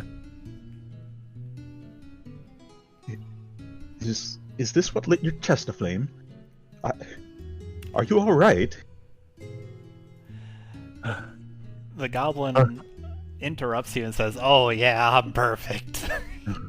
The goblin, you notice, now has their chest aflame on fire. Just the sword's on fire. They're yelling, "Oh yeah, I've got the courage." Thanks, boys. I'm out of here. The goblin goes to leave. Does he have the sword? Yes. Twig's gonna try and stop him from leaving. Out of the way. I got a continent to do whatever this thing wants. I'm either gonna save it, put it in fire. That's Chuman's thing, not your thing. Oh, he gave it to me for 5 copper. To appraise, not to take. Oh, is that the deal? Yes. Yes. It was. Oh. This goblin looks very dejected. Just imagining him like looking all sad and mopey while just on fire. Yeah, just on fire, chest on fire, and just kind of droopy, arms hanging at the side, swords down. Oh. I would prefer that you gave it back if there's nothing else that you have discovered. You just see Chuman out of breath.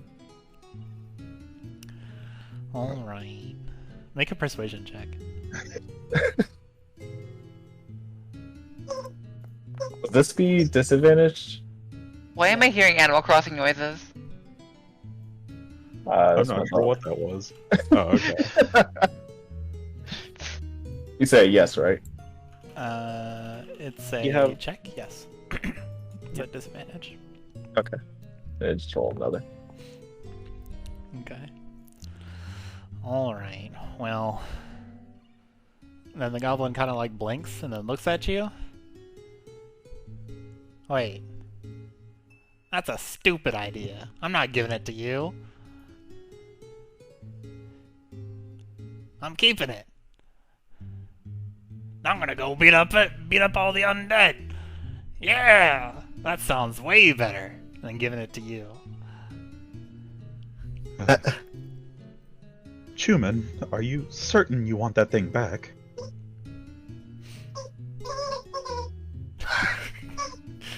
Would rather not let that be in someone else's hands as of right. What the As of fuck right is now. that? That's the dog toy. It's the tinker tools inside the Yeah, inside the Paisley's tinker shop.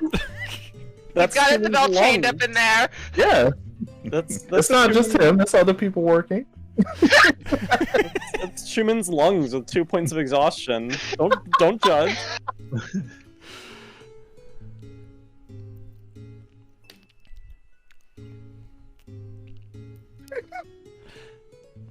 The goblin's had enough and is going to kick open the door triumphantly and then jump onto the sands of Lux-Nox. Then they just kind of like look around left and right wildly. Please go after him. I'll be okay.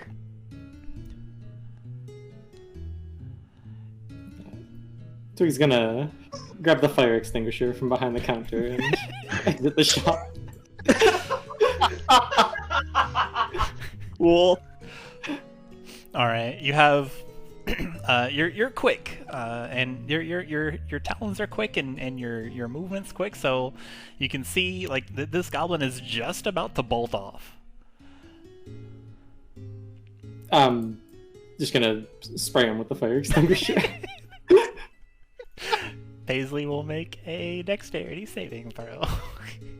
Roll 1d4. Oh, Jeez. Paisley takes 1 point of cold damage. What are you doing? Hey, quit that! I'll take it as aggression. What's that, swordie? He holds the hilt of the sword, like this crested wing-looking sword, like up to his ear. What's that, swordie? Is he far away from the appraisal building? Like Twig's on top of the stoop, the goblin's on the bottom of the stoop. And would you be okay? Human is walking out, or I guess like straddling out as best as he can, and says, "If you go any further with that, then I'll take that action as theft." Well, hang on. The sword says it's hungry. Have you been feeding it? You haven't even been taking care of it. I'll take it from you for neglect. I am in the right. You broke the law. You'll get arrested.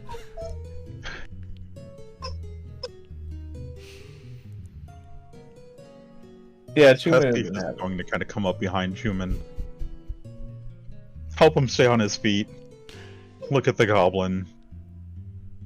Look at Chuman. Well, You did seem to be handling it better than he is, but something's wrong with you.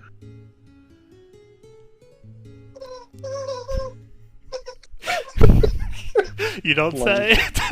You don't Just listen to say. the squeaks. He's wheezing. Yeah, he's wheezing. Oh no. Every I'm not squeak sure. is a wheeze.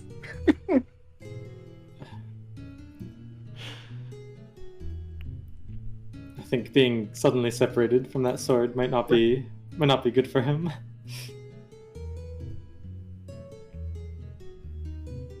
Pastiche, just please.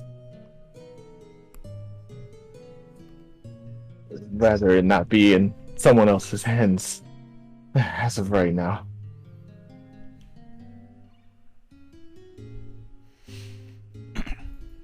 Pastiche sighs. Looks at the goblin. The goblin. Make an insight check. Okay.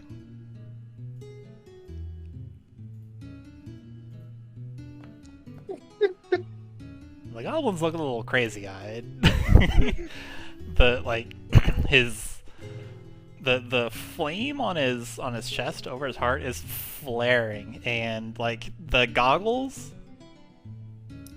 that are not covering his eyes so you can see, like there's fire in his eyes coming out of his eyes now, and he's also like pointing the sword at you guys. And he's like, the sword says it needs some souls. I'm gonna go find some unless you're offering.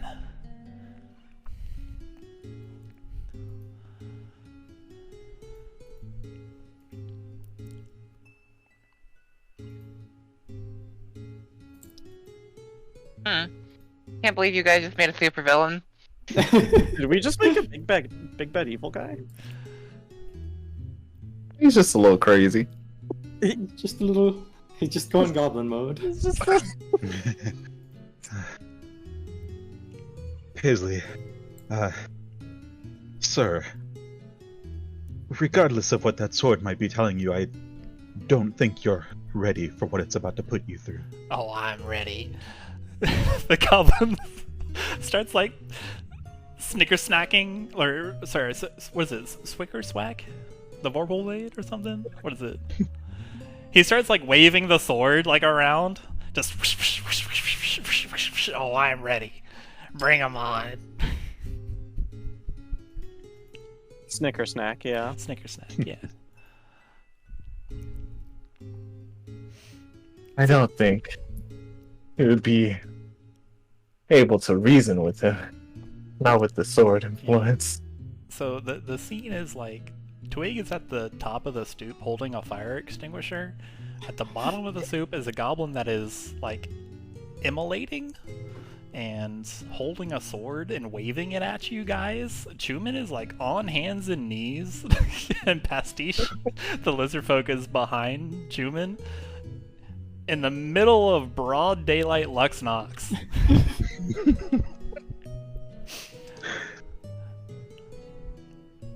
Pastiche is going to point towards the goblin and draw a little circle in the air. And ask them to make a Constitution saving throw. Sure. Coming right up. 11. What does that do? Black inky pit opens up beneath the goblin. Doesn't look They good. fall into it Ah! and reappear behind their counter. The goblin looks confused. Twig's just gonna close the door and stand in front of it. Pastiche is going to slowly walk up to the counter, place an elbow on it, lean towards the goblin. The I'll ask you goblin one is more like time. holding the sword, holding the Emberblade in front of it with two hands. It's kind of like, stay back. I'll eat your soul. I'll do it. I'll ask you one more time, and then I'll stop asking. Return the sword, please.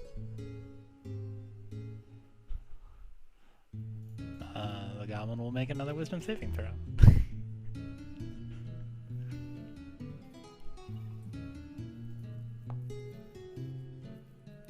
No.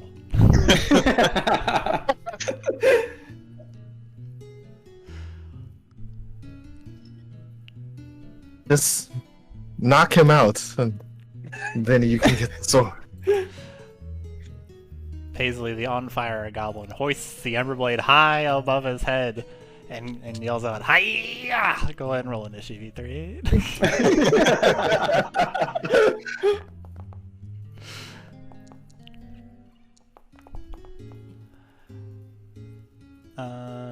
Chuman, roll another 1d20 plus 4. While I find some fight music. We there invented a nightmare scenario this session. What do you mean? This was This is entirely perfectly your own fine. design. I did not. What do you mean your own design? I meant did you nothing. collective, So, not you Look what you specifically. did. Alright, think- initiatives are ability checks, so those are also made with disadvantage. Okay, that makes sense. Alright.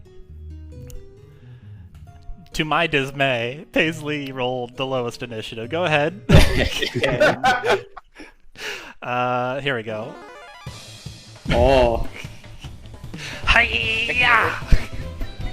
I think Chuman isn't just having any of it. And he's just gonna cast Entangle while he's tired. Okay. Right on top of him. Alright, let me double check to make sure there isn't kind of like any unfair rules where if you try to cast a spell, nah, you're good. The DC strength saving throw. Paisley will make a strength saving throw.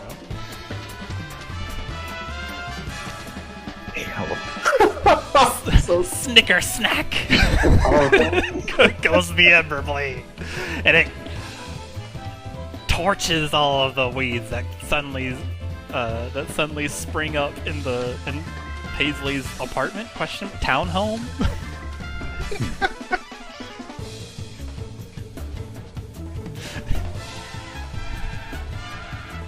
I got no note.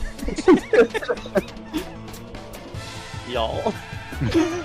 What's wrong? We're handling it.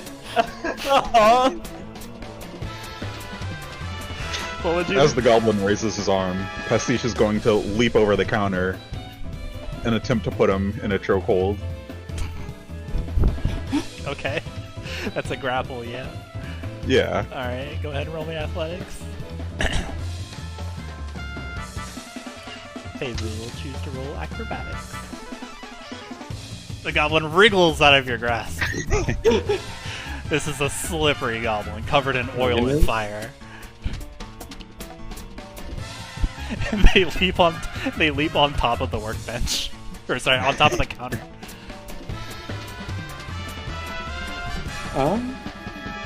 Twig's gonna hop up on the counter with him and try to pull out his scimitar and try to disarm him. So it'll be a duel to the soul.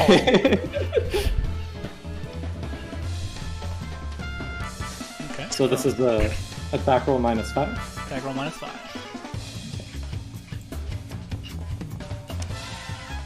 Let's see. Let me double check 16. because I suddenly forget. I only used it once so far. Let me double check. Contested by athletics or acrobatics. That definitely hits. So we're going to acrobat. Oh my goodness. God. Oh my goodness. Paisley's, why is he so tough? He's. What do you He's mean? Why is wielding he a has the legendary Emberblade? So am I. Twig scimitar. Twig's watermelon slaying scimitar. All right. Paisley, renewed with the with. Oh yeah. Anything else you got? That's it for me. Okay. Paisley, hoisting high the Emberblade, duels Twig. Hiya! This particular goblin that I chose has 2 attacks.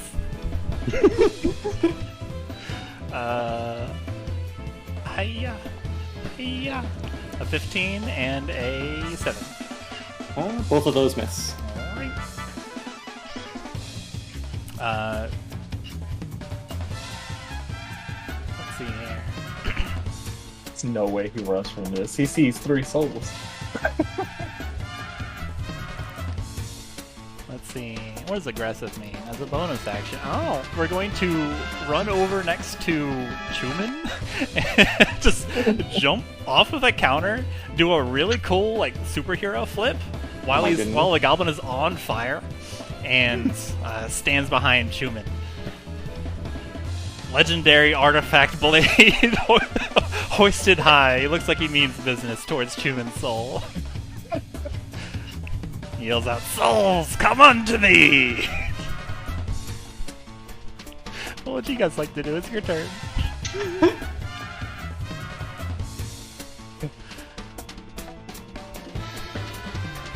Chuman, you're prone, by the way. Okay. Because of the way the RP. Because it is often. Okay. You can get up, but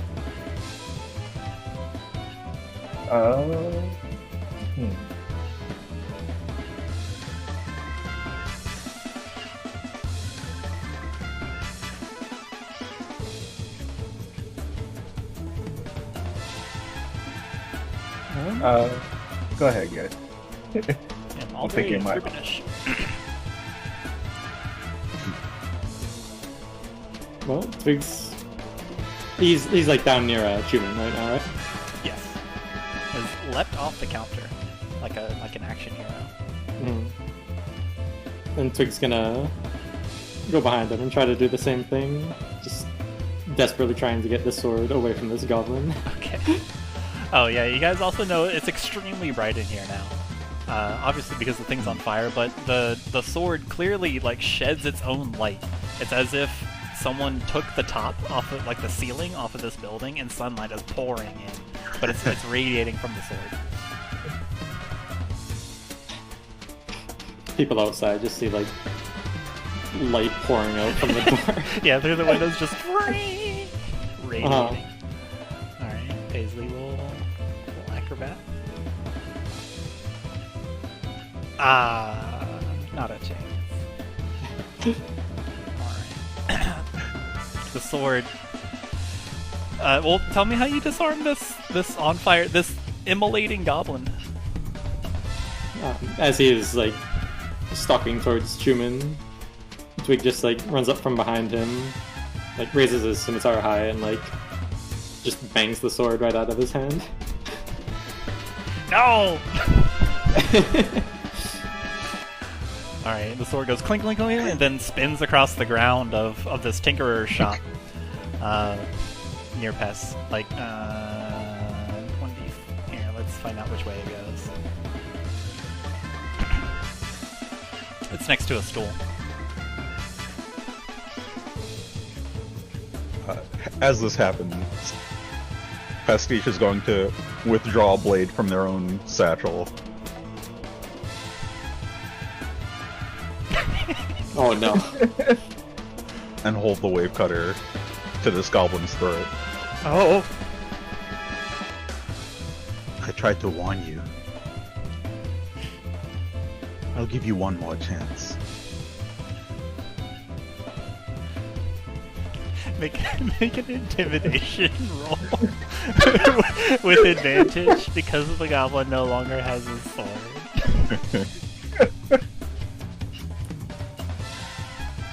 Oh A my! 6, you say?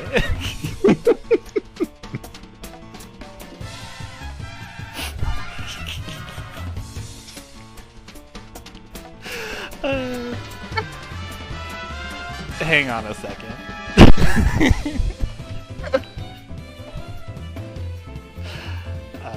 Roll. What is that skill?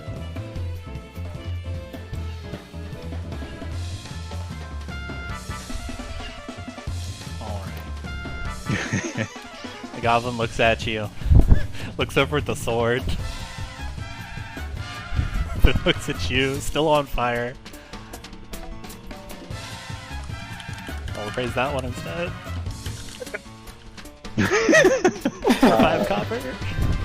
How far away is the sword from Chuman's spot? It's within crawling distance. Chuman's gonna try and crawl over to it. Okay, you succeed. And grabs it back. Alright. In your head is the same speech that the Emberblade gave you the first time.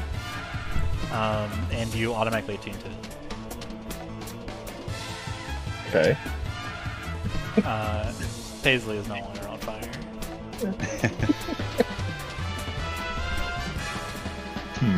I still have the 2 points of exhaustion too. You still have the 2 points of exhaustion. Okay. Then Chuman turns around and just says, "Give it up. You won't win this one." Combat is over as the goblin kind of like involuntarily slumps to the ground. Out of breath. Just.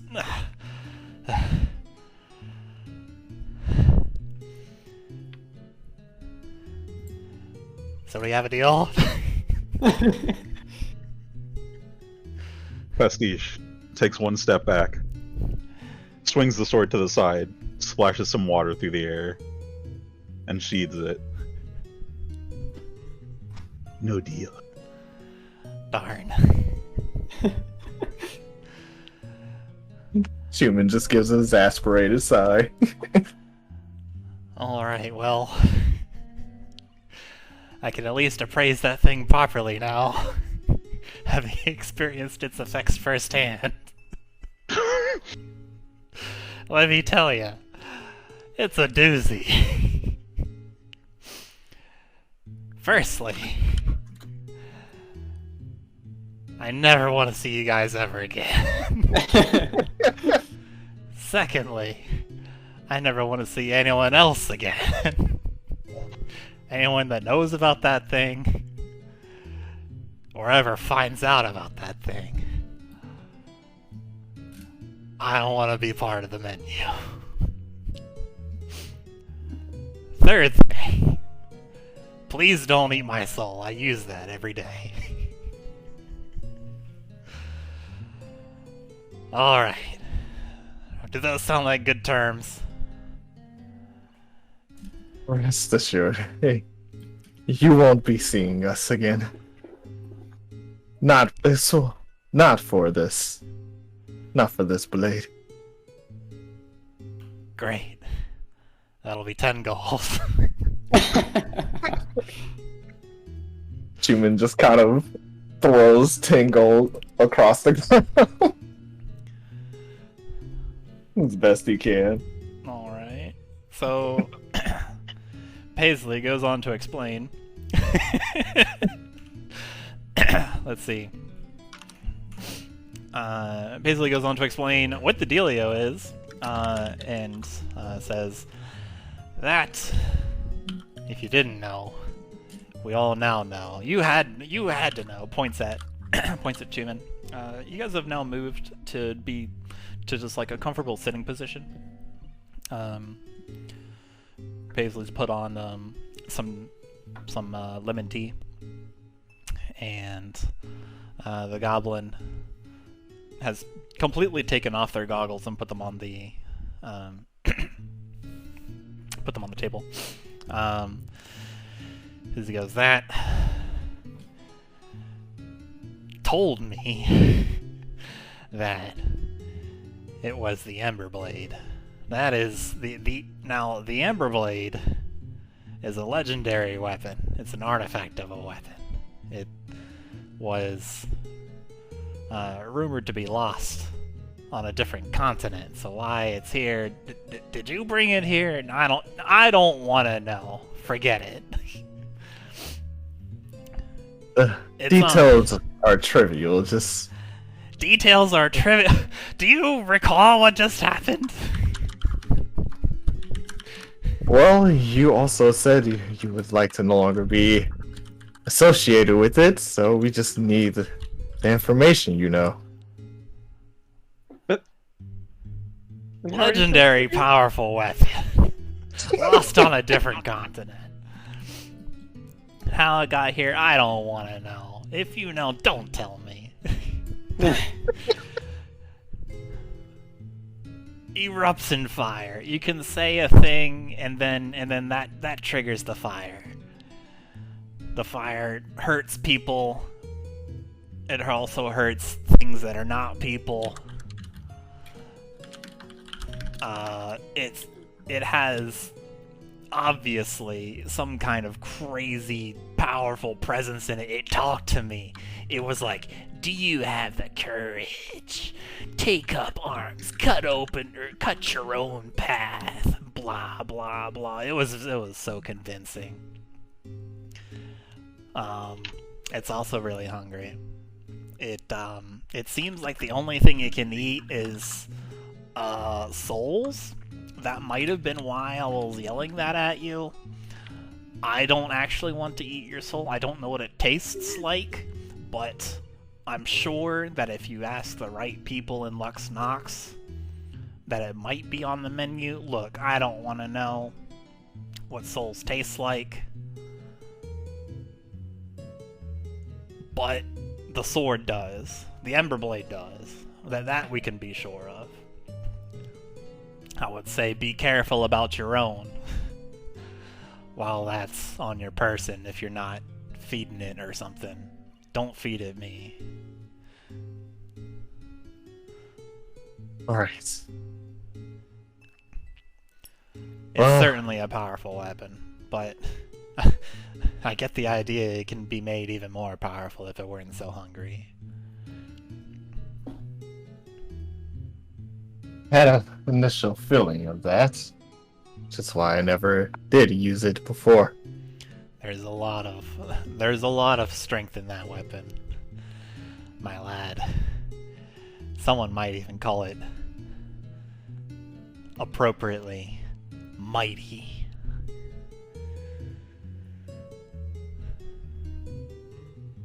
It sounds cursed. Please don't kill me. You're right, in many ways it sounds cursed to us. But to the goblin when he was... to Hazley, it didn't seem the same way. He did have a different reaction than you did. Maybe I was able to hold it off? Who knows? What at this point? I'm too tired to think of why.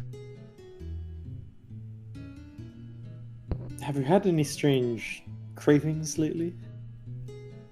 For souls, for example? No. After wrapping it, that was the only thing. Just the voices initially. Oh, well, of course, the fire around the heart.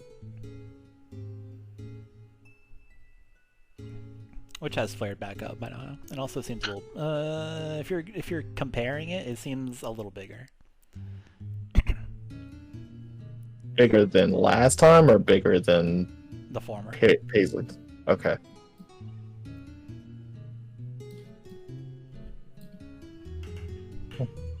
I don't actually. As he notices it. No.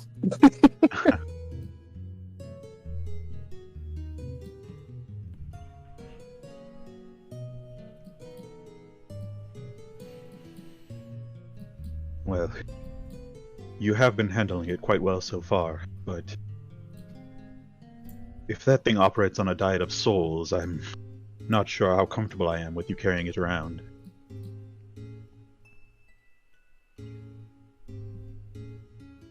Well, would you rather it be in the hands of someone worse than me? Who can't control?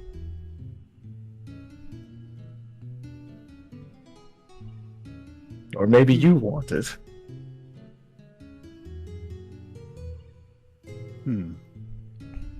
Chuman sort of gives a half-hearted gesture at the sword.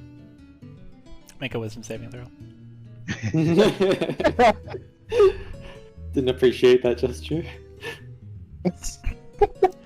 On second thought, Disadvantage even. Chuman, no one else can have it. Maybe I do want it. Obviously, you're the only one that can handle it, given this goblin's reaction. Well, I lied, so you'll just have to deal. Pastiche places a hand on the Emberblade. Oh, Pastiche, no. Chuma's gonna try and, like, pull it away before he gets his hand on it. Yeah. Take it back.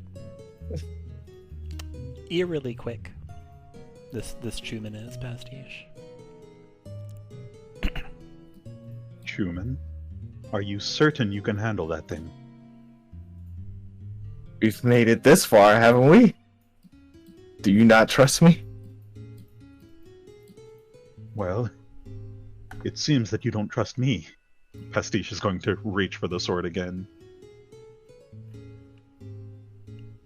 Chuman kind of spins around.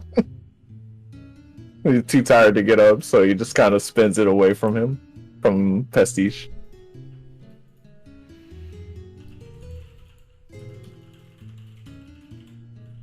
Look, we don't need a reenactment of Paisley. Did I look cool at least? You did look pretty cool. You definitely were shining. Chuman, we've been traveling together for weeks. You can't really believe my will is as weak as this goblin's. Hey, wait a second. No, you're right.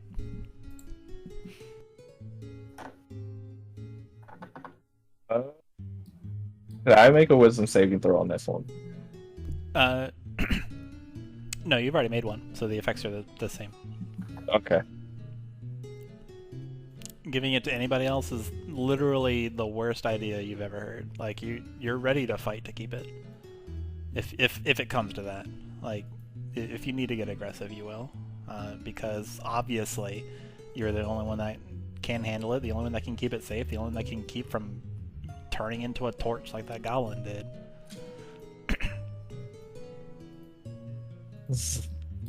Look, Pastiche. Your skills are invaluable for other situations, not for holding this blade. Let me take care of it.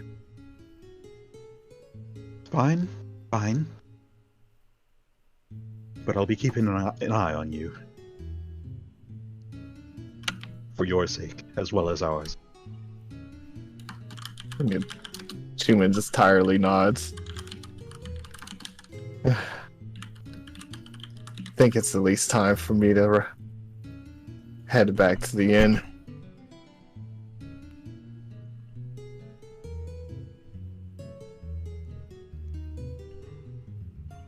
It probably would be a good idea to catch the others up on, well, everything. Right. Then everyone else wouldn't know what happened outside of us three, so it would be good to help them understand what's about this blade, at least.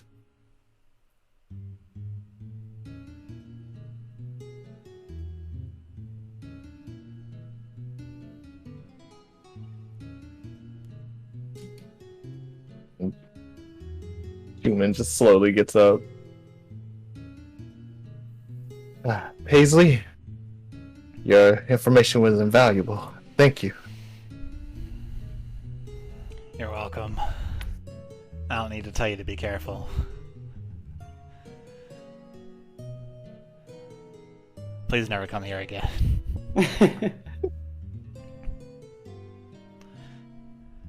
Chuman just stifles a laughter. I'll be sure to bring more. Bring your dangerous artifacts to Marks. Marks? Yeah. Yeah. Go to Marks with their dangerous artifacts and explosions and all bad stuff. Yeah, go there.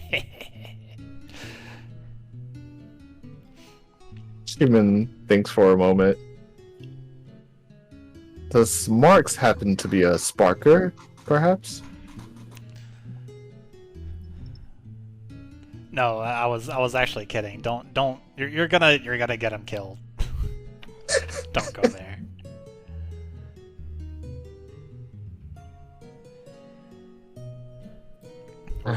We're business rifles, but I don't want him no longer in business because he's dead. Quickly realizing that being a conspirer and third-degree murder is not something you want on your record. Wait a minute! Don't do that.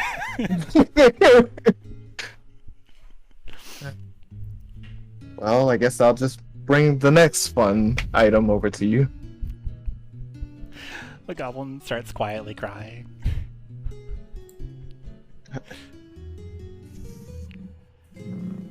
Paisley, I'm sorry for threatening your life. We'll get out of your hair. Pastiche throws an arm around Chuman and escorts him out of the building. Make a persuasion check. The goblin clearly gives you a look and clearly doesn't believe you.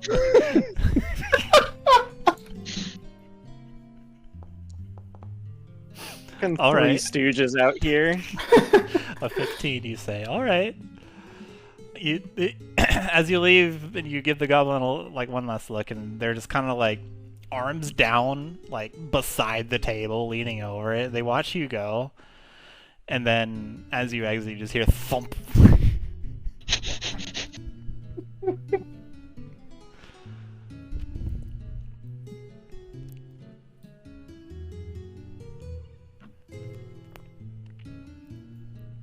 Pastiche is going to be making very sure Chuman heads straight back to the inn. Okay. Beep boop, beep boop, beep boop, beep boop.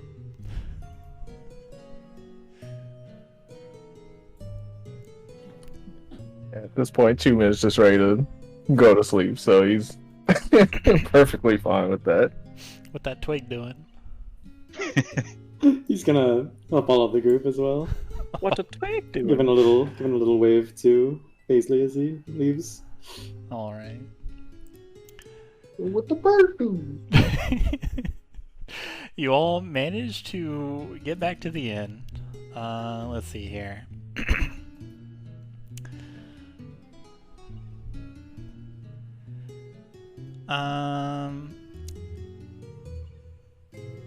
Xalia, you...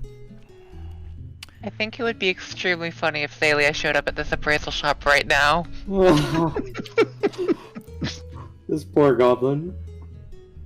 Oh,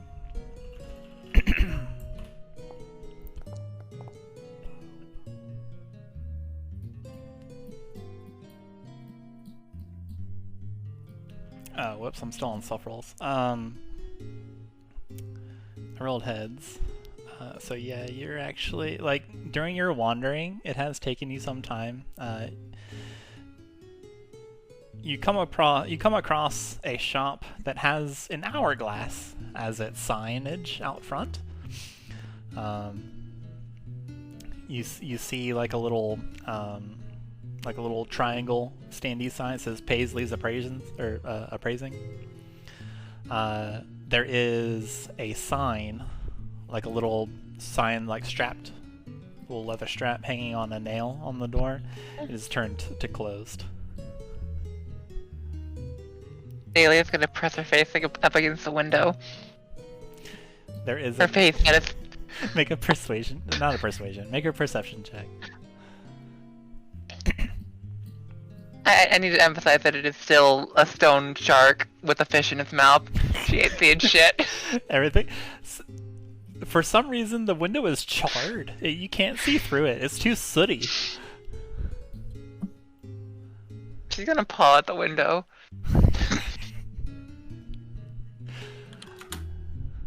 There is, unfortunately, no response.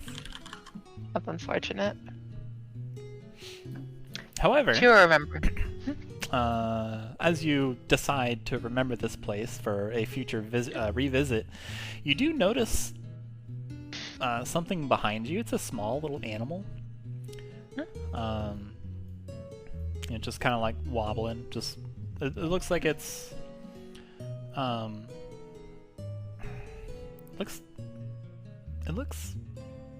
looks like a featherless chicken. It's just kind of like wobble wobble. Oh man. With its tail, and its tail is in the wrong spot. It's like super high. Like its tail is like vertical, almost on the top of the beast instead of like down where it is. It just kind of like wobbles, and as you watch it, it just wobbles away. Waddle waddle, and it waddles away. And then it's gone. It's out of sight. Azalea's gonna start trying to walk after it. And she waddled away, waddle waddle, and she waddled away. Make a survival check to track down the chicken. Gonna be trundling after it. All right. Your curiosity piqued. You wander. You emulate the chicken. Unfortunately, your waddling is not enough to catch up with it. As you round the bend that it rounded, the chicken is nowhere to be seen. Either it picked up speed or flew the coop. Something. Not sure. It's not here anymore.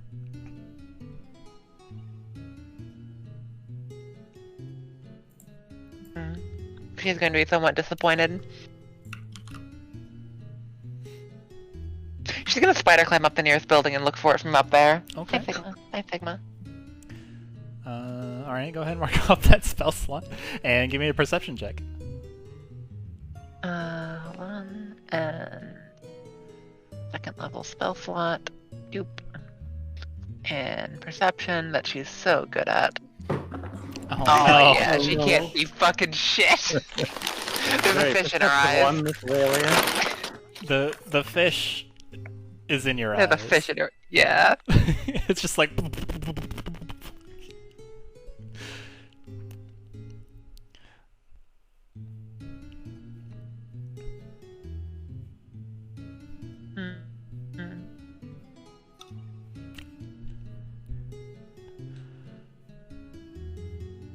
Well, she's just kind of pace and make a disgruntled sound. They'll probably just start trying to spider climb all over ceilings now just to see what she can see. Okay. Well, the spell lasts. Let's see here. As it's getting on towards the evening. Okay. So it appears that around this time the street vendors start coming out and just start walking the streets, selling their food. You just hear out callings of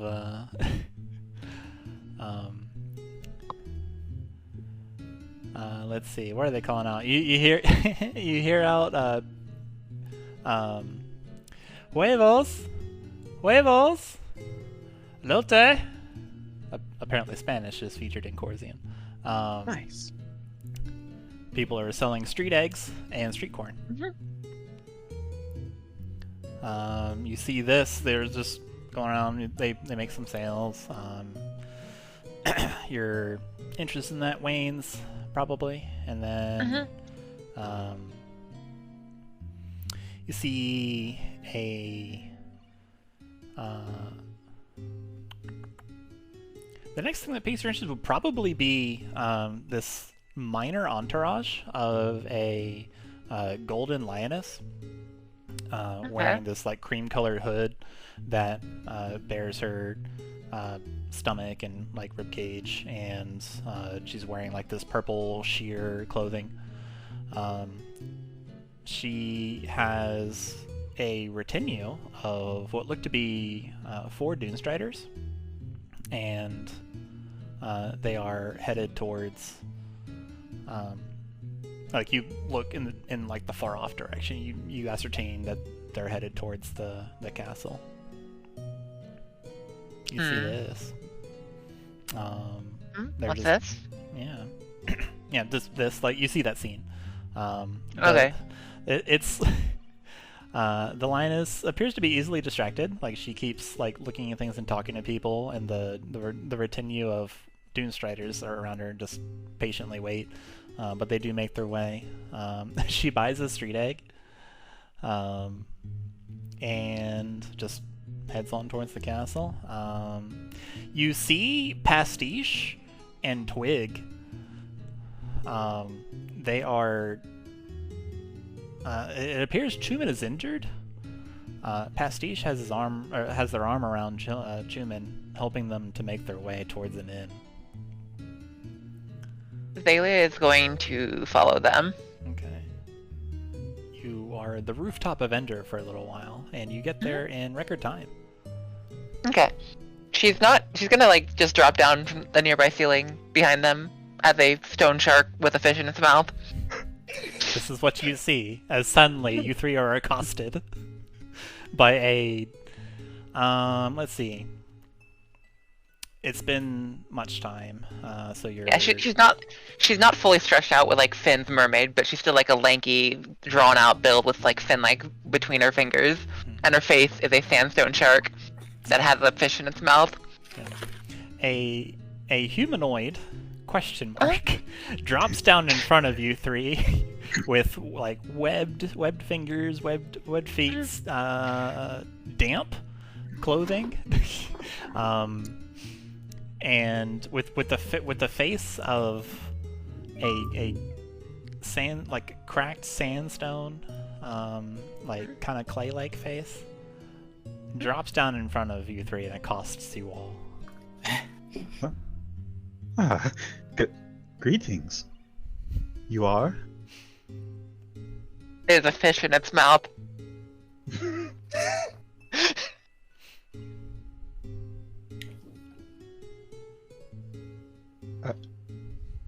The creature is unwavering and implacable. Pastiche.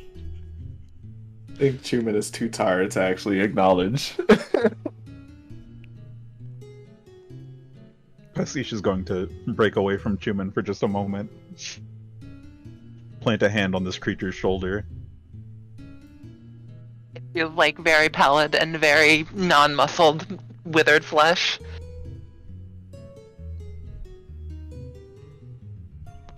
I see. Well, Zoaz has already prepared a room for us, so you're welcome to join us. Wait, Give you a thumbs up.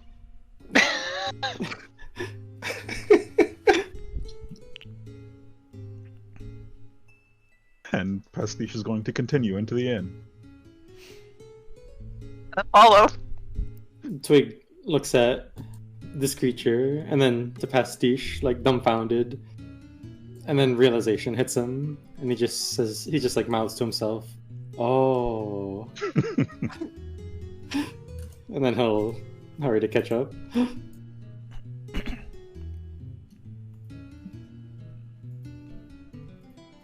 Alright. You all three managed to get back to the inn.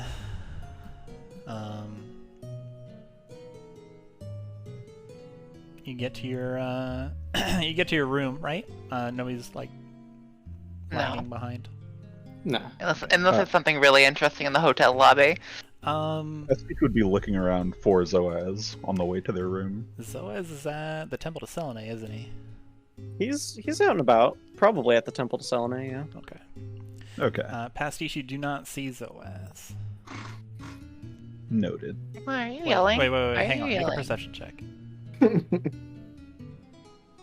Say we did walk. 50-50 shot. You No, do not bye. see Zoaz. Pastiche was very focused on Chuman.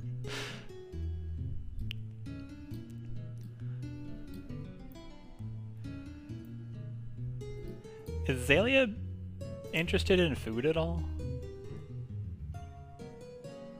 Like, is that in her wheelhouse, her purview?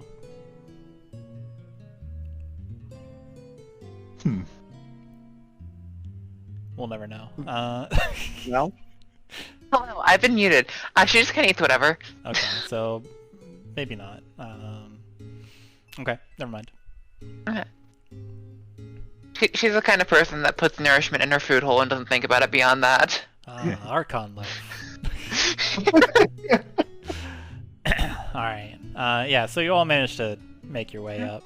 You find Makayla is not in her same position. She appears to have tossed and turned a bit, and is sleeping on her side. Okay. I was expecting a new diagonal.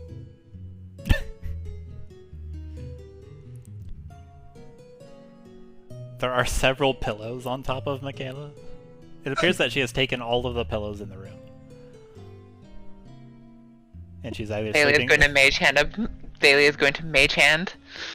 Yeah, and she's either sleeping on them or under them.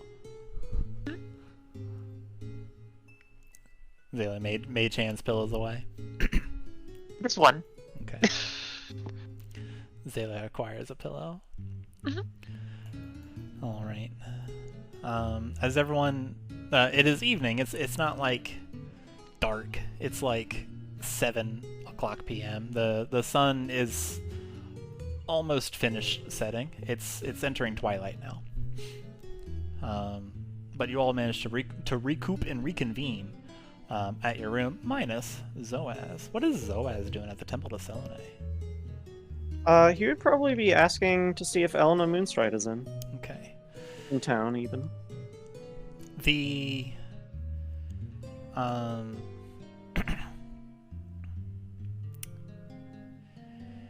the person, the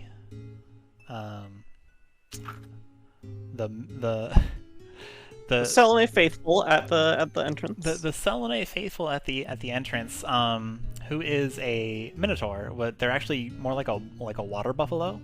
Mm-hmm. They upon hearing your question, you can see their eyes kind of widen, and then like you clearly have their full attention, and they stammer a bit. Who's asking? I recognize your garment. You're clearly. I am Zoaz Ituusk, a member of the Moonlight Shepherds. Zoaz, surely you would know then. I don't understand you're asking. She's... And that's where we'll end tonight's session. Oh. I can't believe this. Jeez. And then like the outro music starts playing. Do do do do do do do do.